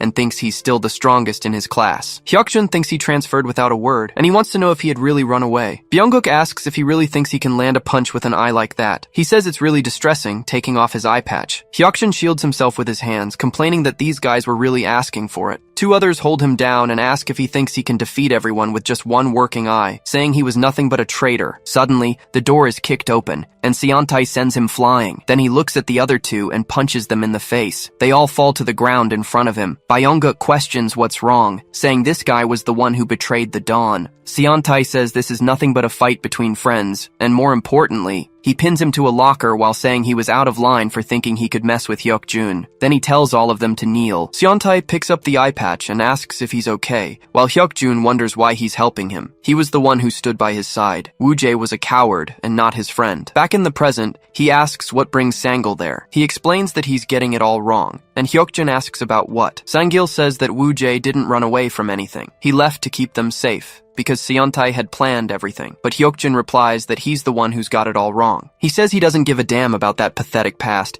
and is just making him pay for messing with the Dawn. So, he should stay out of it and leave while he still has one good leg. Sangil screams his friend's name in anger, but Hyokjun grabs his collar and asks if he thinks he'd let him go easily just because he's lame. He should stop acting so weak. A subordinate calls out for his boss, but Woo-jae greets him with a kick, which is dodged. Hyokjun's glasses fall to the ground, and he calls out Woo-jae's name. The protagonist says this fight is between the two of them anyway. Hyokjun takes off his jacket, commenting that he's still the same old coward, but the protagonist asks if he's scared since he's about to be defeated. All he did was get better at bluffing. Hyokjun replies that now he'll show him what happens when he crosses the Dawn. The protagonist gets into his stance, warning that he'll dismantle this gang, starting with his defeat. Sangil screams for his friends to stop. Hyokjun charges at him and throws a few punches, which are easily avoided. Then he tries a kick, but Woo-jae manages to block everything. Next, the one-eyed guy throws an elbow strike. Woo-jae manages to defend but gets pushed away. He then tries to attack his blind spot, landing a blow to his abdomen. Hyokjun feels immense pain. The protagonist advances with a middle kick, but it's blocked by Hyokjun's leg. Woo-jae finally readies his fist and throws a punch, but Hyokjun manages to dodge it. He grabs his shoulder and knees him in the stomach. Woo-jae feels the pain as Hyokjun advances with his fist, but the protagonist sees the perfect moment and lands an uppercut on his opponent's chin. Hyokjun starts to lose consciousness. On that day, they were all defeated under the rain. He says he can't see anything with his eye and something is wrong. Woo-jae calls out to his friend and then screams in desperation. The doctors said Hyokjun's retina and optic nerve were completely damaged. He would become permanently blind in his left eye. The boy stares at him with a bleeding eye and asks about his pathetic, guilty expression, because nothing has changed, and he can still knock him out with his own hands, landing a heavy punch. Woo-jae's back hits the wall. Sangil thinks that Hyokjun has gotten much stronger than before, but it seemed like Woo-jae was holding back out of guilt. Hyokjun gets up and moves forward, saying he came at dawn with that pathetic skill level, and tries a kick that Woo-jae easily dodges. The protagonist plants himself on the ground, lifting his head right after. Hyokjun appears and says he has no chance against Seontai, so he should run away like he did before, then strikes him in the stomach. In the past, Hyokjun asks why he was doing this, Seontae replies that it's because he needs him. The boy asks how he could say that after what happened. Seontae asks if he's blaming him for what happened to his eye. They've been friends since childhood, so he wants to know why he thinks it ended up this way. The dawn grew larger, and establishing a hierarchy was inevitable, but it was Woo Jae who opposed it and caused the internal division. If it weren't for him, he would have already taken over all the schools in Taeyang. Hyokjin says he feels the same way, and that there shouldn't be a hierarchy among friends. Seontae says, the one who said that left without a word, and wonders how someone who acts like that deserves to talk about friendship. The one-eyed man replies that he must have a reason. He's sure of it. But Seontae says he was just scared of what happened, or maybe he left because he didn't want to get caught up in all these problems. Even with these unavoidable circumstances, he could have just called or sent a text. He asks what he expected from someone he'd only known for a few months. Then he gets angry remembering all of this. Seontae watches and explains that it was just the beginning of the dawn, and they must stick together. First, in 2 years, they will take over every high school in Taeyang. Hyokjun asks what he could do with one eye when he can't even defeat the weaklings. But Seontae tells him not to worry, as he could get strong again. The one-eyed man asks what he means. Then Seontae says he just had to push through the hard times ahead. Back in the present, he strikes Woo Jae's abdomen. Sang-gil screams his friend's name. Hyokjin tells him to go down, but the protagonist blocks the blow and tells him to cut the crap, landing a straight punch on his chin. Hyokjin staggers back from the hit. Woo Jae says he'd be lying if he said he didn't feel guilty, but that doesn't mean he's going down here, because he has to take down Seontae, so he charges forward. Hyokjin throws a straight punch, but the protagonist dodges it. He lands a hook to his abdomen. The one-eyed man tries another strike, however Woo Jae dodges it again, setting up a punch that connects with his opponent's face. Hyokjun starts to fall back, but plants his foot and tries once more. In the past, Kang Dong-ho enters the gym, asking if anyone is there, and if the one-eyed guy was the one Seontae was talking about. Then he throws 2 gloves at him. Hyokjun glares at him angrily. But Dong-ho, the 6th Myong, says it's been a while since he had some fun. Several fights ensue, with Hyokjun ending up bruised on the floor. Dong-ho comments that opponents would always go for his left side, but he could use that as a trap. Instead of a blind spot, his left side would be a bait to throw them off. He must take advantage of the deliberate opening, completely defending his left side and dominating with his right. Dong-ho starts training the boy to do just that. He tells him to get faster and faster with his elbow strikes. Hyokjin tries one of these on Woo Jae, but the boy dodges it. However, in a spin, the one-eyed man swings his right elbow. Woo Jae watches the trajectory of the blow and quickly gets out of the way, dodging and counter-attacking his opponent's face. Hyokjin starts to lose consciousness and falls to the ground. He wonders if he got any stronger all this time, gritting his teeth and enduring everything. He can't fall now. He needs to win for this to be his end. Woo Jae walks over and tells him they should end it here because he can't win. He knows the real purpose of the fight wasn't him. At the hospital, when Sang-gil became lame, Hyokjin watches his friend from afar,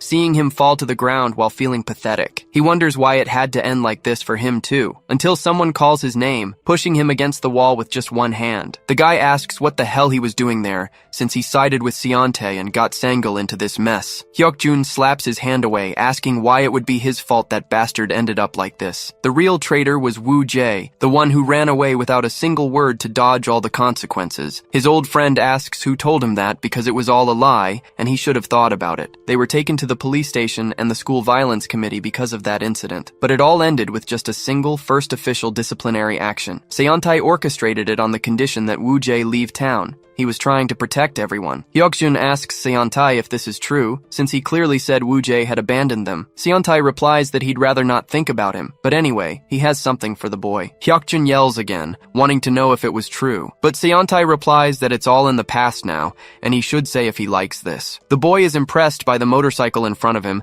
and asks why he's getting it. Seontae replies that he always liked motorcycles and wants him to be part of the Dawn task force. Hyokjun says he always gets more than he deserves, but Seontae asks if he forgot what he said, because the dawn was just beginning. So he should accept the gift, but promise one thing, to always be on Dawn's side. In the present, Hyokjin says that's not an option, because he's still part of the gang. Woo Jae looks at him furiously, ripping off his tie while saying that since it's worth risking his life for, he'll put an end to this right now. Sang-gil again asks them to stop. Hyokjun looks at his old friend. Sang-gil questions what this whole fight between friends is about. Previously, Hyokjun and his gang noticed the lame boy far away from him. He was with some delinquents, being intimidated. One of them kicks his leg. Sang-gil says he was now in his school uniform, but the delinquents shout that this asshole talks too much. He has exactly 5 minutes and should start walking. Hyukjin thinks he can't believe this idiot was being intimidated by these punks like this. One of the delinquents notices him. Hyukjin approaches them and gets their attention. A few minutes later, they are begging for mercy. Hyukjin's hands were stained with blood, with all those delinquents decimated on the ground. At the hospital, his old friend comments that Woo Jae was just trying to protect them, but he would also be transferring soon and knows how his father was. He's ashamed that Hyukjin was with Seontae, but he shouldn't forget they were friends once, so he should take care of himself. Hyukjin plants his feet, his hands trembling. Meanwhile,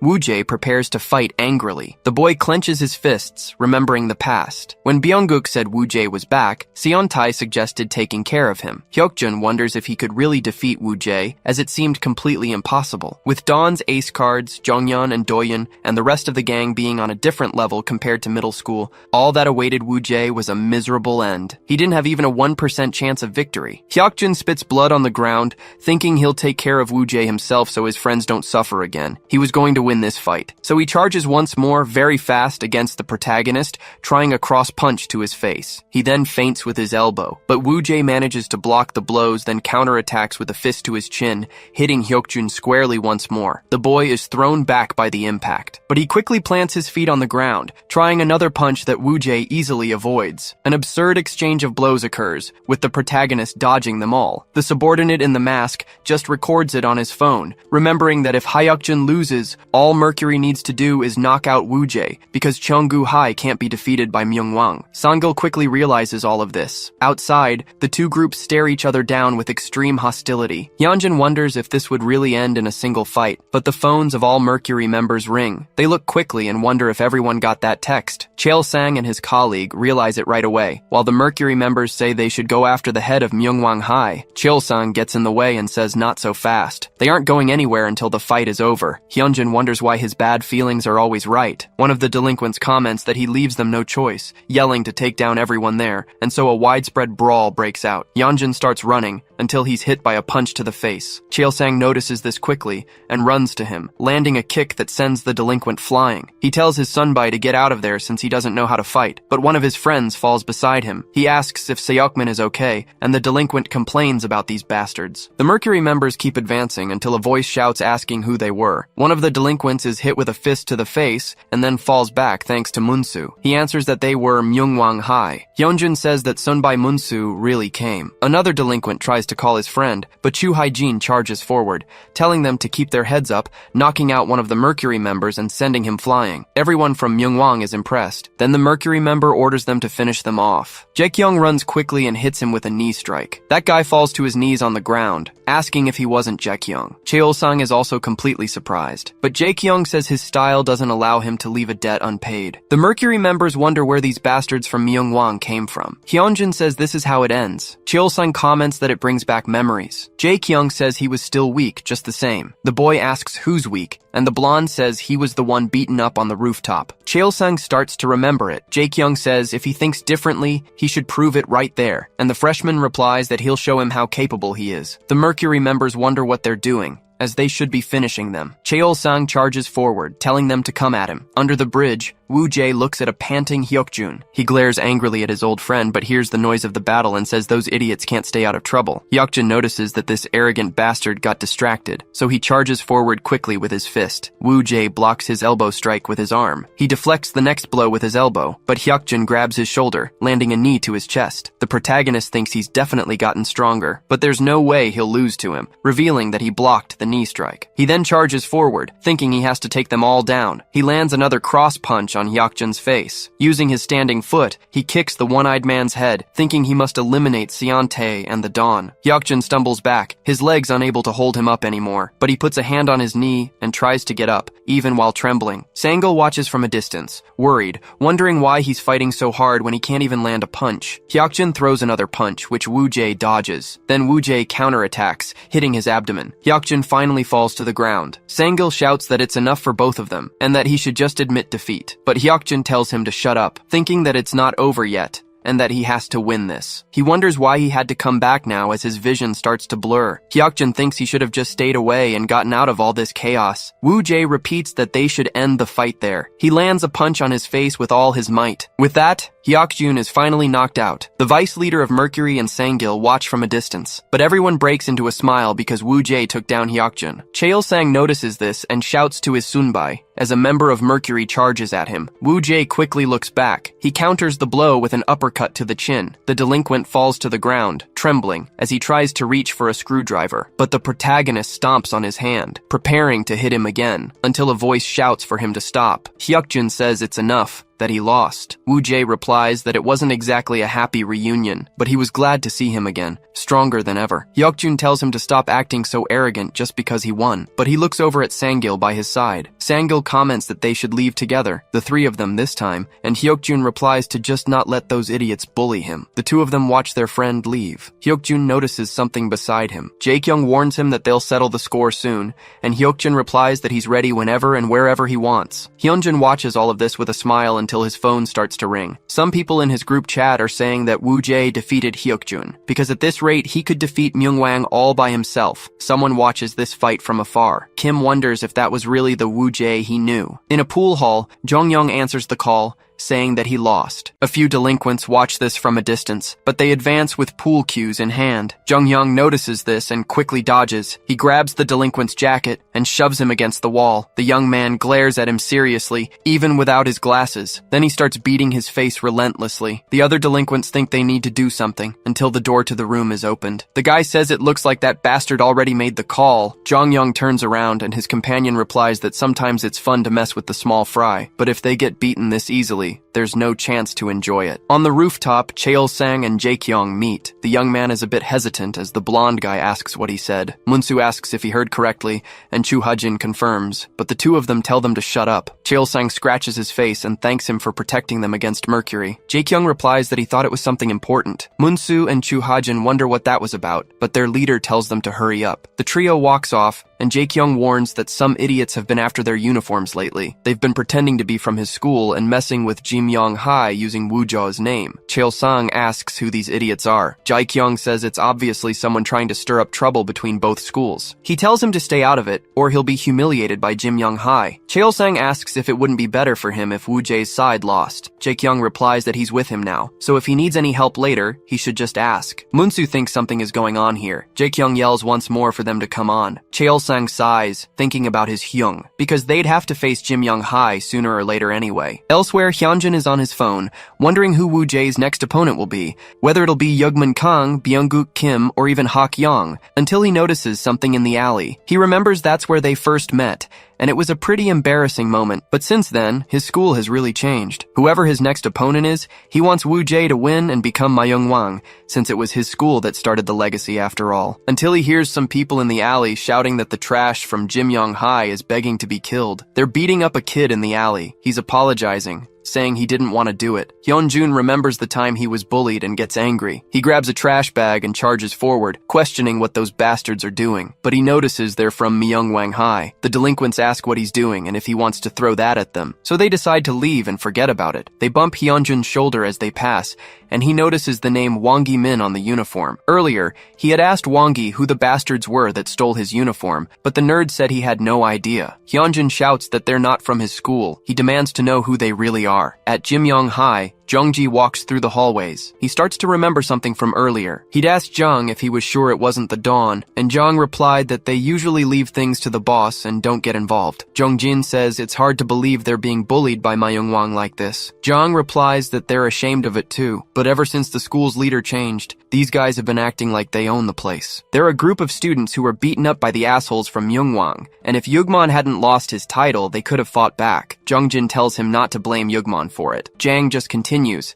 saying the new leader of Myungwang is Woo-jae, and apparently he also took down all the strongest guys from Haesung High. He also heard that Woo-jae is putting an insane amount of effort into his role as leader because he's trying to join the Dawn. People are saying he uses money to expand his power and challenge the title of Myungwang. And this isn't an excuse, but if Yugmon hadn't lost his position, he wouldn't have to do anything to ruin his reputation. If he really cares about the students, he should handle this himself by defeating Woo-jae and then trying to become the next Myungwang. If that happens, happens, maybe things can go back to how they were before. He misses the peaceful days at Jimyong High when Yugmun was the Myungwang. Jongjin approaches the school gym. A student says the vice president is already very strong, and Jongjin replies that maybe it would be better to ask a teacher for help, but the kid says he can't, because he'd end up on the school's blacklist. Jongjin says the disciplinary committee seems to have something against him, and while he won't ask what it is, he just needs to be honest. The young man nods at him. Jongjin asks about the others on the council with him that day, and the student says they can't do anything. No one wants to make it obvious, but there are many more people like him. Jongjin asks when it started. The student replies that it wasn't long after Yugman lost his title as Myungwang. Jongjin asks if he's blaming him too, but the boy denies it, saying he just misses the days when he was the Myungwang. At least then, it didn't feel like hell on earth. Jongjin meets up with several students and Yugman, who says they've been waiting for him. The young man says he's not sure if this is necessary, but becoming the Myungwang is the fastest way to protect the school. He feels he has no choice and is sorry about it. Yugman says it seems like he's confident about winning. He hopes Jongjin becomes the Myungwang, but he can't lose without at least putting up a fight, so he tells him to get ready and asks if he's prepared. Jongjin moves closer, and the two begin to exchange blows.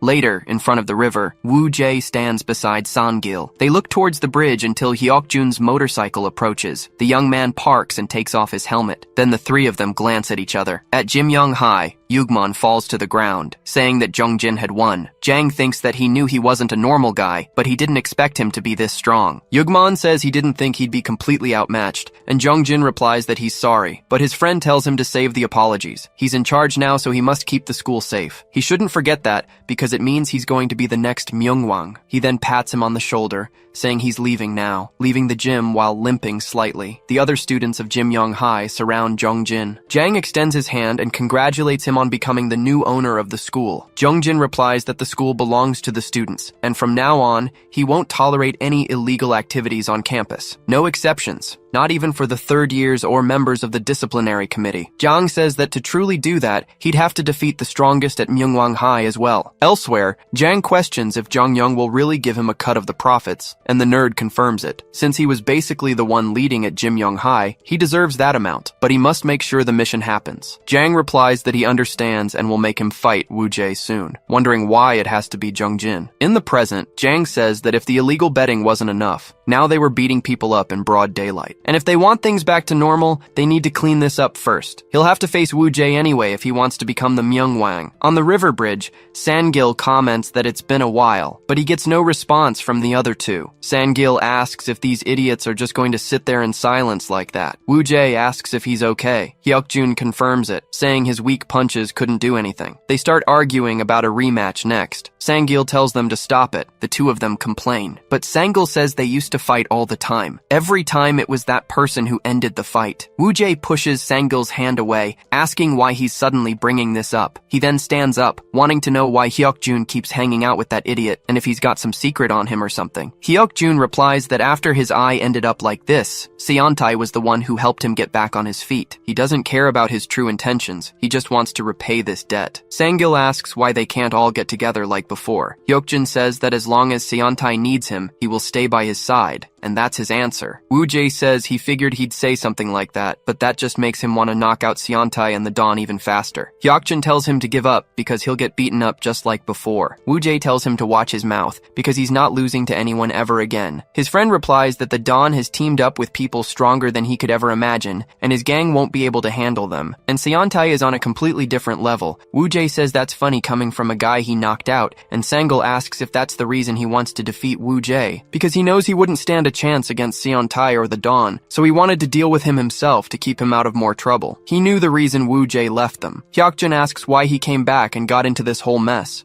saying he should have just stayed quiet. Wu Jae says he thought about doing that and tried to put it all behind him, but he couldn't, clenching his fist. Hyokjun calls him an idiot and turns away angrily. Wu Jae says he still thinks of him as a friend, so he shouldn't get hurt and should take care of himself. Sangil says that even if he hates it, he'll keep calling out to him because, just as Wu Jae said, they've always been friends. Hyokjun looks back but stomps his foot and keeps walking, calling them idiots. On the way to school another day, Hyunjun repeats that fighting the Dawn alone is impossible. Wu Jae says he could fight alone to become the Myungwang, but against the Dawn, it would be an all-out war. Hyunjun slaps his back, asking if he finally gets it. Wu Jae says all he's got is Cheolsang and his friends, and Hyunjun, but the chubby guy says he's not weak. he just hates fighting. Woo-jae says that if even Hyokjin is saying this, it means his current power and group aren't enough to take down the Dawn. Hyunjin thinks that he's not wrong. During the Mercury incident, Woo-jae would have been in serious danger if it weren't for Jae-kyung's gang. Even with them, they are still no match for the Dawn. However, Hyunjin suddenly has an idea, saying they can team up with other schools. The Dawn is an alliance of 5 schools,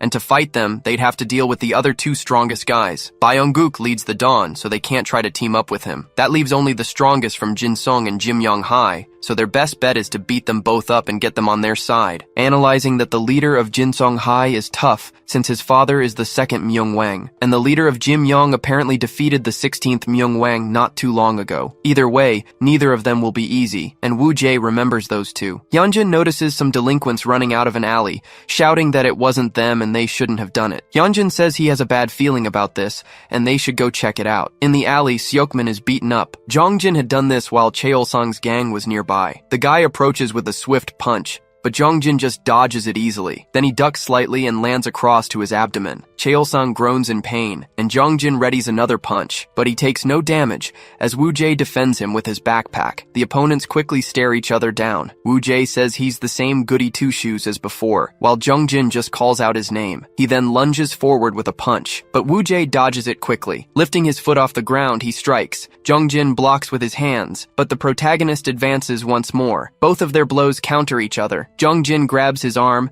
and Woo-jae kicks his leg. They both quickly repel each other. Everyone is surprised, and Woo-jae puts his hand on the wall. The 2 quickly recompose themselves for combat. Jang yells for them to stop, asking why they don't just pick a time and place and do it for real. If someone reports this, they're all screwed, since they aren't after the Myung-wang title anyway, and it would be an official match they have the right to hold. Woo-jae thinks that if he's the strongest at Jimyong-hae, then they were bound to face off sooner or later, asking if the goody two-shoes accepts these conditions. Jongjin says he's in, and he better not even think about running from it. Elsewhere, Seokmin shouts that they're innocent. They were just trying to stop these upperclassmen. Hyunjin replies that they're not from their school, because he's never seen them before, and one of them was wearing the uniform of one of his friends. Cheol-sung thinks that if Woo-jae hadn't interfered, he would have been beaten to a pulp by Jongjin. Seokmin asks his friend to say something. Woo-jae grabs Cheol-sung's head, saying he knows there's no way these idiots started this. He was going to fight this guy anyway, so he'll just win and clear their names. But to finish this, they've got some work to do as his official idiot squad. The next day at school, Jae-kyung sucks on a lollipop while Munsu explains that Woo-jae will be facing the strongest from Jimyong-hae soon. He heard Jongjin beat the 16th Myung-wang,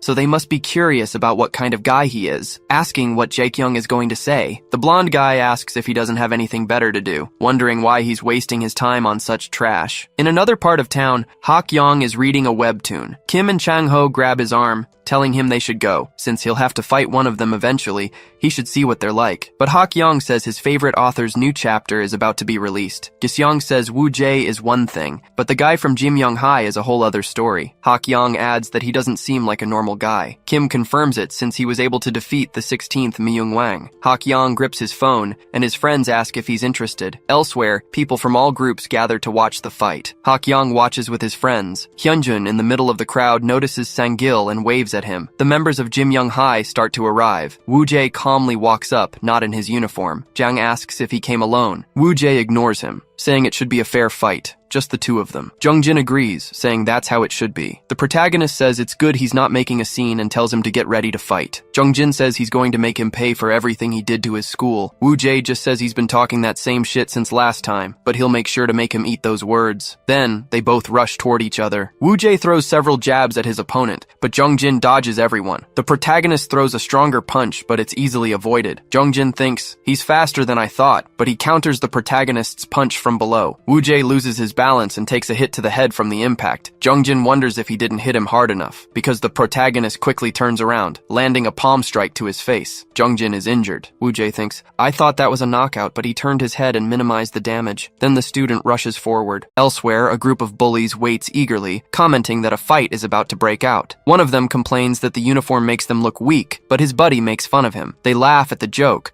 playfully telling the other to shut up. Just then, one of their phones buzzes, and he pulls it out to check the notification. He confirms the money has hit his account, showing the screen to his partners. With a victorious smile, the young man says they're not suckers anymore. He gets pissed and decides to throw away his uniform, yelling for them to get rid of them. But as he's about to leave, a strong hand grabs his arm, stopping his escape. It was Ujay and his crew who show up saying they caught the little punks red-handed. Without a second thought, Ujay lands a powerful punch right in the guy's face. The impact is so strong that the bully flies backward, completely stunned. The fight gets serious, with the two trading fast blows and glaring at each other with hatred. The scene changes, showing that from above, two people were watching the whole commotion. It was Jungjin and Hakyong, with Jungjin asking who he thinks will win the fight. Jungjin then tells his companion that he'll leave the guy from Jimyong for him to handle. Back in the fight, Doyunbaek's phone vibrates and he gives a slight smirk. Looking at the screen, he sees they've managed to track Mark, who has been found. Hakyong then announces he's going to get the little squirrel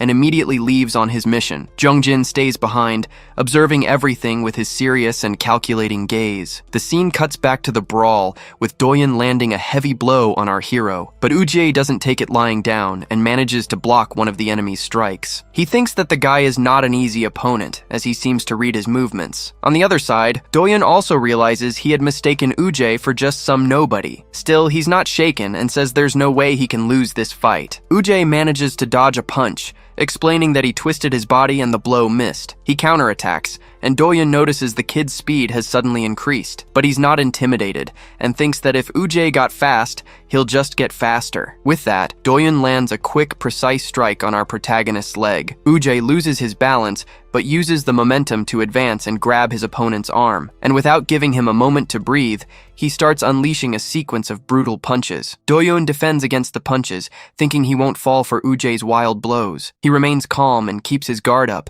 waiting for an opening to counterattack. Ujay continues his full-force assault, but Doyun manages to defend himself well. Our hero backs off frustrated, feeling like he's punching a brick wall. And indeed, Doyun proves to be a true wall, unfazed by his rival's attacks. With a focused look, he spots an opening and thinks this is his chance. In that instant, he grabs Ujay's arm and leg with impressive speed, and without giving him any chance to defend, he throws him to the ground with all his might. On the ground, our hero can only groan in pain, feeling the impact of the hard fall. Doyun approaches and raises his hand, preparing to end the fight for good. He then lands a clean knife hand strike to Ujay's neck. Ujay gets up with difficulty, while Doyun looks down on him, appearing victorious. He wipes his mouth and warns that a rash move only creates openings for the opponent. Ujay looks at his sore arm, wondering if that was some kind of hapkido, but with a smirk, he asks if Doyun didn't consider that it might have been bait. Ujay lunges at Doyun with everything he's got, catching him by surprise with the feint. He lands a hit on his opponent,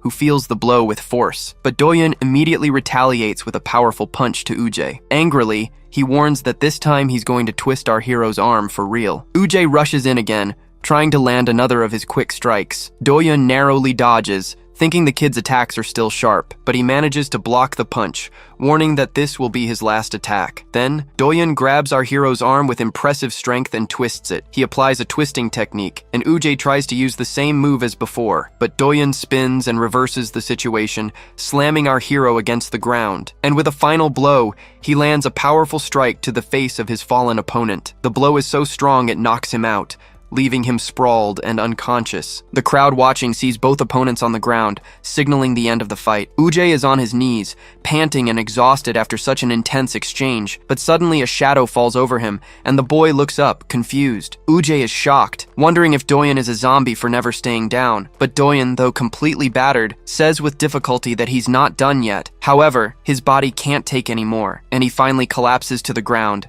defeated. Ujay watches the fallen guy, having flashbacks of other fights from his past. From a distance, a guy in a leather jacket comments that the punk really knows how to make things tense. He looks up, and we see that Jungjin was still there, just observing. Jungjin is surprised, covering his mouth as he recognizes who was down there all along. Doyun, on the ground, says it seems he's still no match for Jungjin Seonbai. Jungjin then turns his back, saying the result was disappointing, as always. The scene cuts to the night sky, creating a tense, post-battle atmosphere. Even in defeat, Doyun stares at the sky with a look full of anger and determination. On the other side, Ujay smiles with satisfaction, saying it's been a while since he had a good fight. Doyun struggles to his feet and admits defeat with his head hanging low, but he glares at Ujay and warns him not to think this beef is over. Ujay listens as the guy vows to keep hounding him until he leaves the school. With a confident smirk, our hero tells him to bring it on, because he'll just keep taking him down. Ujay gets annoyed and shouts that he never messed with Doyun's school, and he doesn't even care about his own. He looks angry, having zero patience for his opponent's accusation. But suddenly, Ujay smiles and says, "Help arrived right on time." Doyun's buddy is shocked. He had told the others to lay low for a while. Just then, Cheolsang shows up with his crew, restraining the guys who started the trouble. The captured group confesses they were only doing it because they got paid. The guy gets furious and asks if it's true they took the money and bailed. He freaks out with rage, screaming that the whole situation is completely screwed because of this. The young man bows and apologizes, admitting he was careless and just followed the committee, but Ujay tells him there's no need to bow his head over that. He finishes by saying that even if this hadn't happened, they were bound to clash eventually. The guy agrees with what Ujay said, leaving Ujay and his friends pretty confused. With a smirk, our hero gets curious about what he means. The opponent then says that even though he lost, he won't give up on becoming the Myong Wang. Ujay accepts the challenge immediately, saying he'll be ready whenever the guy wants to fight. The rival glances at him sideways, looking thoughtful about our hero's answer. Then he asks Ujay directly why he wants to be the Myongwang so badly. His friends are curious too, and we see their doubtful expressions. Ujay stares at him seriously and asks what could be so important that he'd abandon his friends. The scene shifts, and a mysterious guy in a cap and glasses walks down a nearby staircase. One of the youths recognizes him instantly and asks if he thought he wouldn't be seen. Just then, a blonde guy with an angry look appears, staring at the disguised man. The man mocks him, calling the blonde an ex-boss, but the blonde doesn't like the joke. He keeps provoking him, saying they've both been replaced by the younger generation. The guy in the cap comments that the Myongwang rookie is good, but the blonde doesn't care. He stares at the blonde in silence, who gets annoyed and asks why he's looking. The cap guy gives a lecture saying he's in his senior year and needs to think about the future. The blonde scoffs, saying that sounds like typical student council president talk. Then, the young man admits that losing his title and getting beaten by a rookie really shook him, but he explains that if he stays stuck on the loss, he'll only have regrets. With a determined look, he states he can't stop because he doesn't want to live with regret. He adds that this applies especially to the bastard wearing sunglasses. The scene cuts to a biker gang speeding through the city. One of them thinks to himself that he didn't know Ujay was so strong and that his defeat was inevitable. He wonders what would happen if Ujay fought Seontai, but he worries about the possibility of Ujay losing and throttles up, irritated by the thought. Elsewhere, Omakim Oppa is live streaming, praising a girl's style. He tells his viewers she's a freshman and attends the same school as him. Omakim invites her to join the crew he's putting together, and she accepts. He says goodbye, telling her he'll see her at school, and night falls over the city. But from a distance, someone watches everything and raises their phone to record the whole scene. He watches some girls on the street, commenting on how mature kids are these days, but he wonders what's going on with high schoolers nowadays. Then he turns back to the stream and asks the chat to show lots of love for his program, Teen Excel. In the chat, someone recognizes the girl and asks if she's from Myongwang High, surprising him. The camera focuses on Hyeri Chai, a student walking by with a totally different vibe. He finds her vibe interesting and asks his followers if he should go talk to her. Omakim approaches her, asking if she's from Myongwang and if she has a moment to chat. The girl gets a bit nervous at the approach and declines, apologizing, but he insists, saying he can't let her leave when the fans are so hyped. He turns the camera toward her and asks the viewers to help convince her to join in. Firmly, Hyeri asks him to put the phone away, since she already said no. The live chat is ruthless, and people start mocking him for getting rejected. Omakim gets furious at the situation, grinding his teeth in pure rage and embarrassment. He loses his patience and tries to grab her, yelling about why she's playing hard to get. The girl turns around in fear, completely shocked by the streamer's aggressive attitude. Suddenly, someone snatches the selfie stick from his hand, making the streamer livid. He stands in the middle of the street while the crowd starts gossiping about the commotion. Outraged, he screams that she's freaking out and making him look bad with that trash. Hyeri is totally stunned, unable to believe the guy's aggressive behavior. But out of nowhere, a strong hand grabs his wrist, and he jumps, confused. It's Hak Yong, glaring at him with hate and asking how he dares to mess with Hyeri. The girl recognizes him immediately and is surprised to see who showed up to defend her. We are told he is Hak Yong Yoon, a second-year student at Jinsong Tech. The streamer screams in desperation, telling Hak Yong to let go because he's going to break his wrist. Then the big guy simply lets go, letting the piece of the selfie stick drop to the ground. Omakim runs off, but screams a threat that the guy is dead meat. Ujay's friends are shocked by the audacity, but one of them says to just let it go. His buddy is confused, looking like he can't believe what just happened. Hak Yong then turns to the girl and asks in a calm voice if she's okay. She answers yes, and thanks him for helping her out of that tense situation. A romantic mood fills the air, and the two look at each other in a special way. From a distance, Omakim watches the scene with hatred, screaming that they're all going to pay. He then grabs his phone and calls Ria, ordering her to bring the boys over. The girl holds the broken piece of the staff, while Hakyong stands awkwardly near her. The big guy starts breaking out in a cold sweat, clearly nervous as Yeri Chai approaches. She then thanks him for his help, but he gets all flustered and says it was nothing. The two of them just stand there, and a somewhat romantic mood starts to fill the air. From a distance, Ujay's friends watch the scene, one all excited and the other sleepy. Hakyong says it feels like fate brought them together, but his friends make fun of his serious talk. His buddy keeps teasing him, making Hakyong completely embarrassed by the whole situation. But Hyeri smiles and says she doesn't mind if they speak casually. He blushes and agrees that's better since they're the same age. His buddies keep pushing him, telling him not to just stand there and to say something to her. Hidden away, Omakim smokes a cigarette, watching the whole scene with pure hatred in his eyes. He turns to his guys and yells, telling them to go take out those losers now. But out of nowhere, one of his own men turns and slaps him across the face. The streamer is thrown hard against the wall, collapsing to the ground without even reacting. The brute gets furious, yelling that a spoiled little brat doesn't dare show off in front of him. The brute glares at the group with a furious look, showing he's not messing around. Hakyong provokes him, calling the guy a peaceful bastard and making fun of him. But then a girl with purple hair shows up, and the guy mutters that he can't believe it. Hyeri smiles, and the newcomer asks if she happens to know that loser over there. With a mocking smile, the girl warns that nothing good ever comes from them crossing paths. The scene cuts to a flashback, showing something being thrown violently to the ground. We see Doyen telling the guys to leave, to stop tarnishing the committee's name, but a student rebels, shouting and asking who he thinks he is to be giving orders. Doyen doesn't hesitate and lands a hard punch, startling the boy. He then warns in a serious tone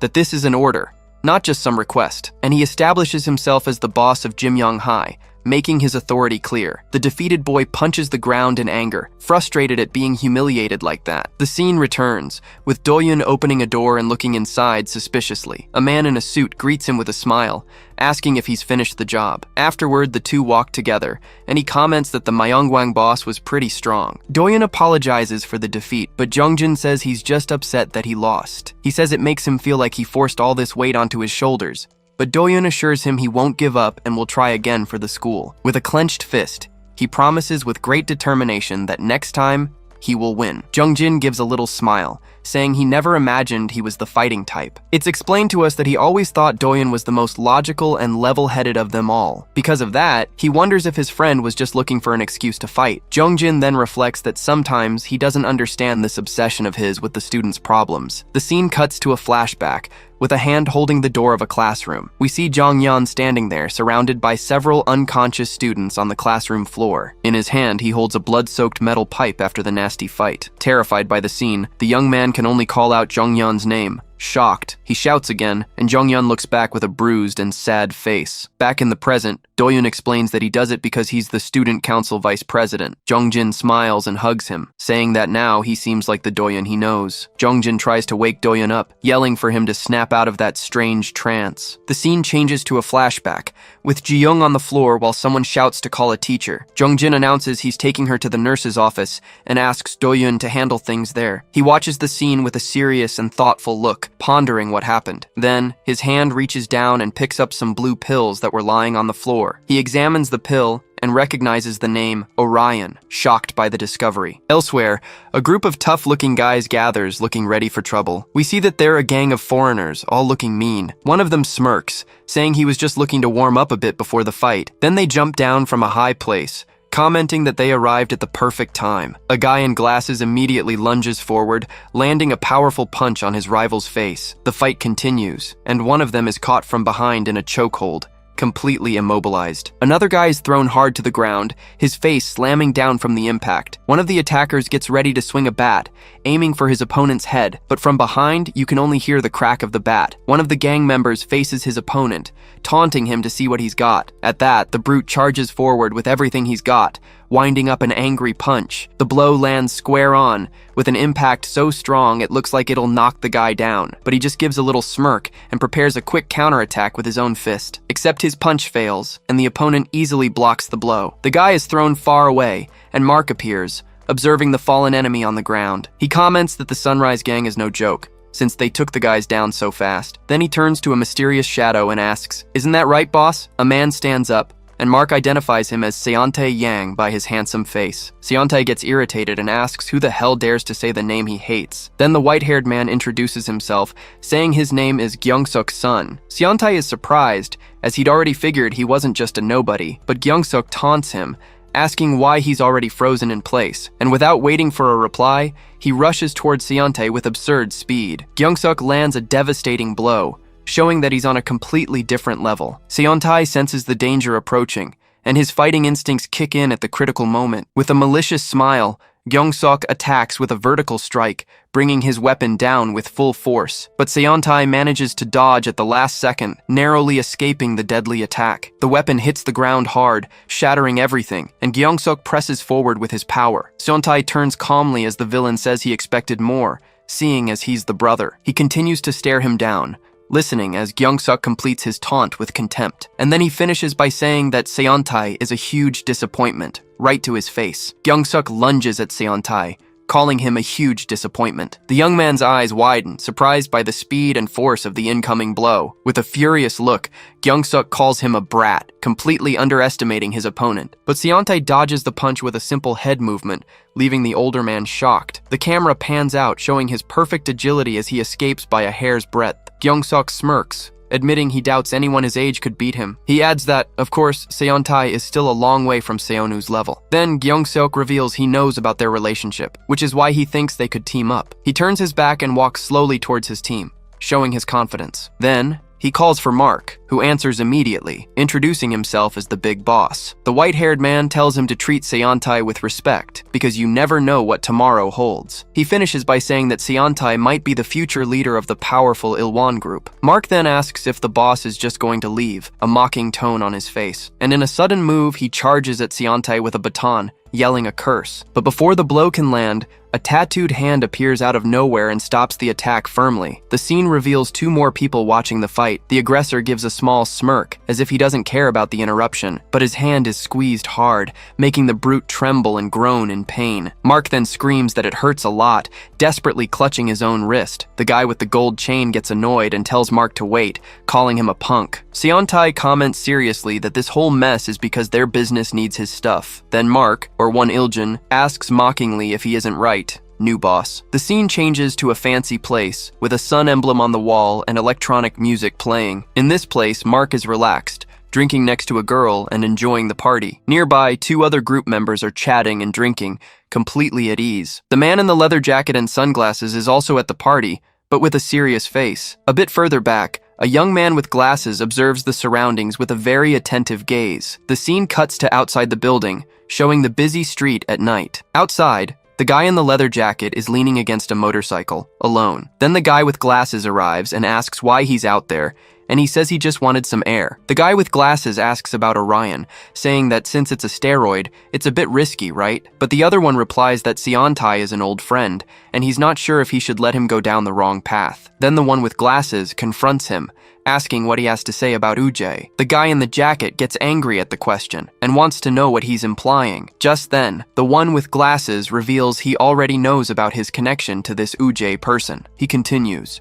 saying that's why he can't understand his recent actions at all. The man in the leather jacket just adjusts his glasses, keeping his expression serious and cold. He starts to walk away, telling the other not to get the wrong idea about the situation. Then he stops suddenly and tells his colleague to get a grip and pull himself together. Outraged, the one in the leather jacket turns and yells, asking what he just said. The one with glasses retorts that if it weren't for Seontae Seonbai, he wouldn't be where he is today. The scene then shifts to a flashback, showing a normal street on a sunny day, and we see a younger Ujjae thanking someone with a look on his face like he's being forced to. The person he's thanking is holding a drink and asks why he didn't get one for himself. Soon after, a group of students appears, enthusiastically thanking their Seonbai. Ujjae complains that something is very wrong, but his friend tells him to just accept defeat. The group of classmates starts laughing, proposing a rematch to settle things in the finals. Angry, he yells, asking why they're laughing since their grades are terrible too. The Seonbai admits he has a point, but warns that with Cheol-sang it's a different story. We're told he ranked first in the entire school on the semester exams. The two friends are completely shocked,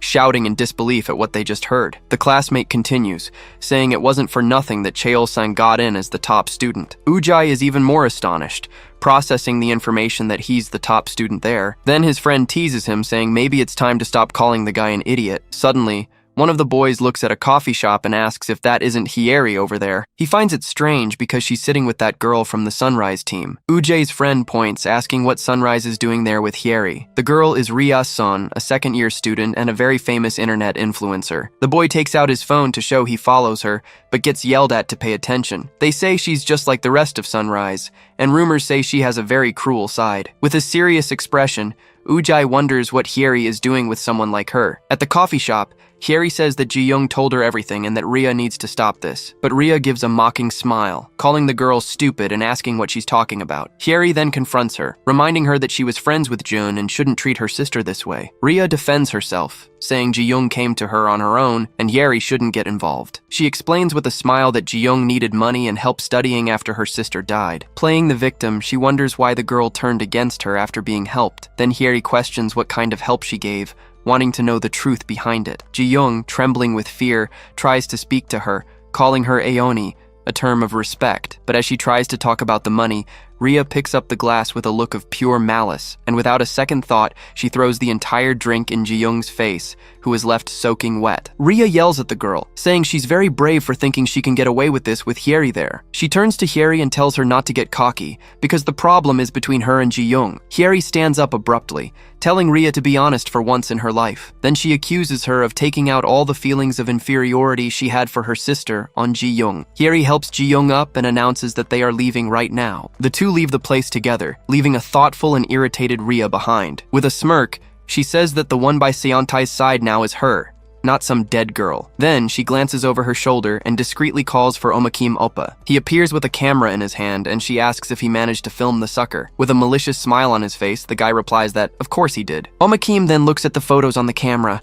thinking that with this material it'll be easy to make a video. The next day at school, students whisper, wondering if the girl in the video is really the vice president. Two students look at a phone, and one of them confirms it's definitely her. A friend tries to show the video to Ujay, who's focused on his schoolwork, but the kid is super persistent, practically shoving the phone in his face so he'll watch. Ujay gives it a quick glance but keeps his unbothered expression. His classmate asks why he isn't reacting, and Ujay says he doesn't see what the big deal is. The scene changes, and Hieri walks into the classroom, holding some notebooks and looking surprised. She sees all the students staring and whispering as they look at their phones. A boy approaches her, calling her BJ Young Cherry, complimenting her hips and calling her a party girl. He tells her not to play dumb and shows her a picture of a girl dancing on his phone. The guy continues, saying with those moves, she'd blow up online in no time. Hieri gets desperate and yells that it's not her, that he's completely mistaken, but the student doesn't believe her and touches her, telling her to stop pretending, but that she's got talent. Just then,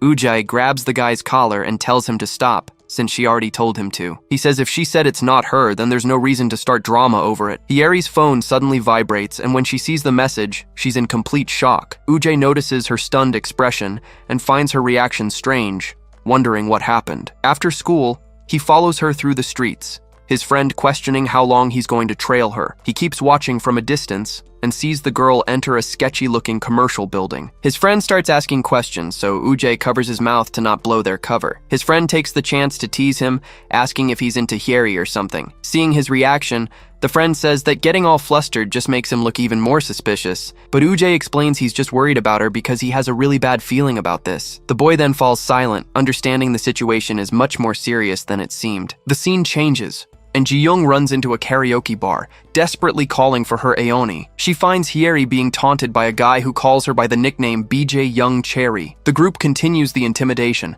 asking how it feels to get famous at school overnight. Ria watches everything with a smirk, commenting on how good deep fake technology is these days. A girl with purple hair confronts Ria, telling her she's as childish as ever. With a furious glare, Ria retorts that the girl doesn't get it and doesn't know when to shut her mouth. The purple-haired girl steps in front of Ji-young and tells Ria to stay away from her. Ria plays the victim, saying she protected her from bullies and even gave her money to buy Orion. But the other girl warns her that she'll take care of Ji-young from now on, so she should back off. She then puts an arm around Ji-young and tells her it's time for them to leave. Seeing Ji-young hesitate, Ria threatens her, saying that without her, all her effort will go down the drain. The purple-haired girl comforts her, saying it's okay and that she'll help her from now on. With a malicious smile, Rhea pulls out her phone and warns that if they take one more step, she'll leak everything. She continues the blackmail, saying the whole school will find out BJ Rubna's secret identity, and of course, they'll also see footage of her changing before and after her streams. The purple-haired girl then raises her own phone,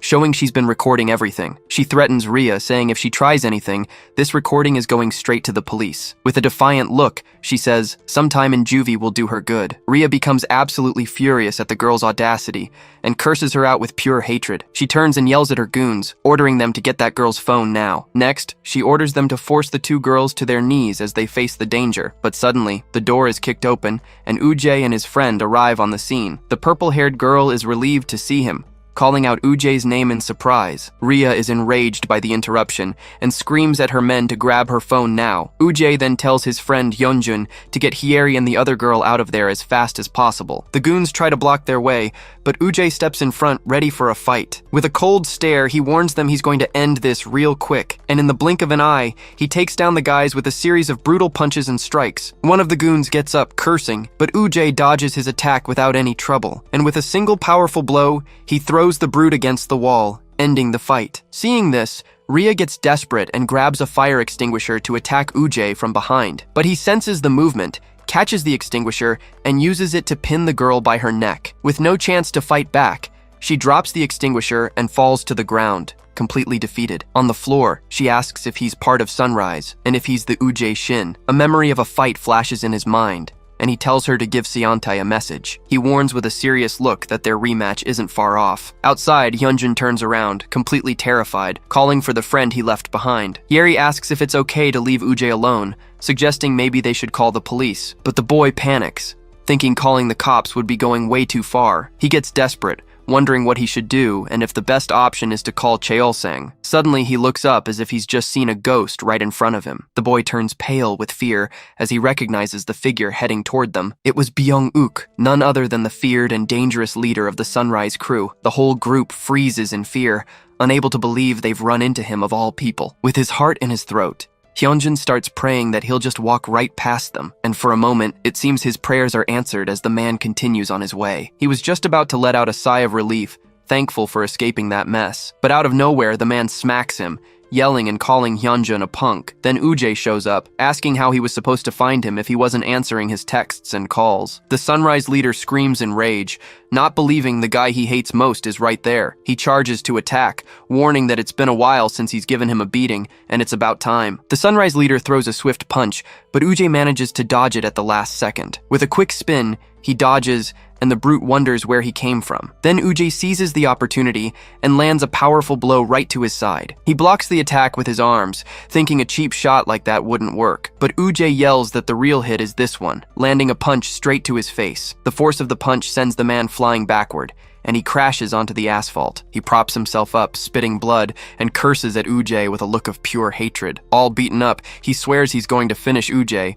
while his men urge him to calm down. Turns out, a crowd has already formed, with everyone filming the fight on their phones. Wiping the blood from his mouth, he angrily warns that Ujay's end is near. He guarantees that just like 2 years ago, he's going to beat him to a pulp again. But Ujay stares him down and tells them to just wait, because he's going to destroy all of them. The scene returns to Ujay, who finally understands that Hyeri was friends with the late Jun, and he realizes that Ji-young is actually the younger sister who's a freshman. He's shocked, as he knew she had a sister, but not that she attended the same school. In a flashback, Hyeri cheerfully introduces herself, saying she hopes they can be friends. She remembers that he's always starting fights and asks if he's thinking of transferring again. Back in the present, Ujay realizes that Hyeri's actions and words now make perfect sense. Ji-young comments to Hyunjun that Ujay seemed pretty surprised when he saw her earlier. Then she approaches the boy and calls him Seonbai, making him blush. With a serious look, she asks if the guy in the fight is really Ujay Shin. The scene cuts to a funeral, showing a girl's picture on an altar of white flowers. We see Ujay crying his eyes out,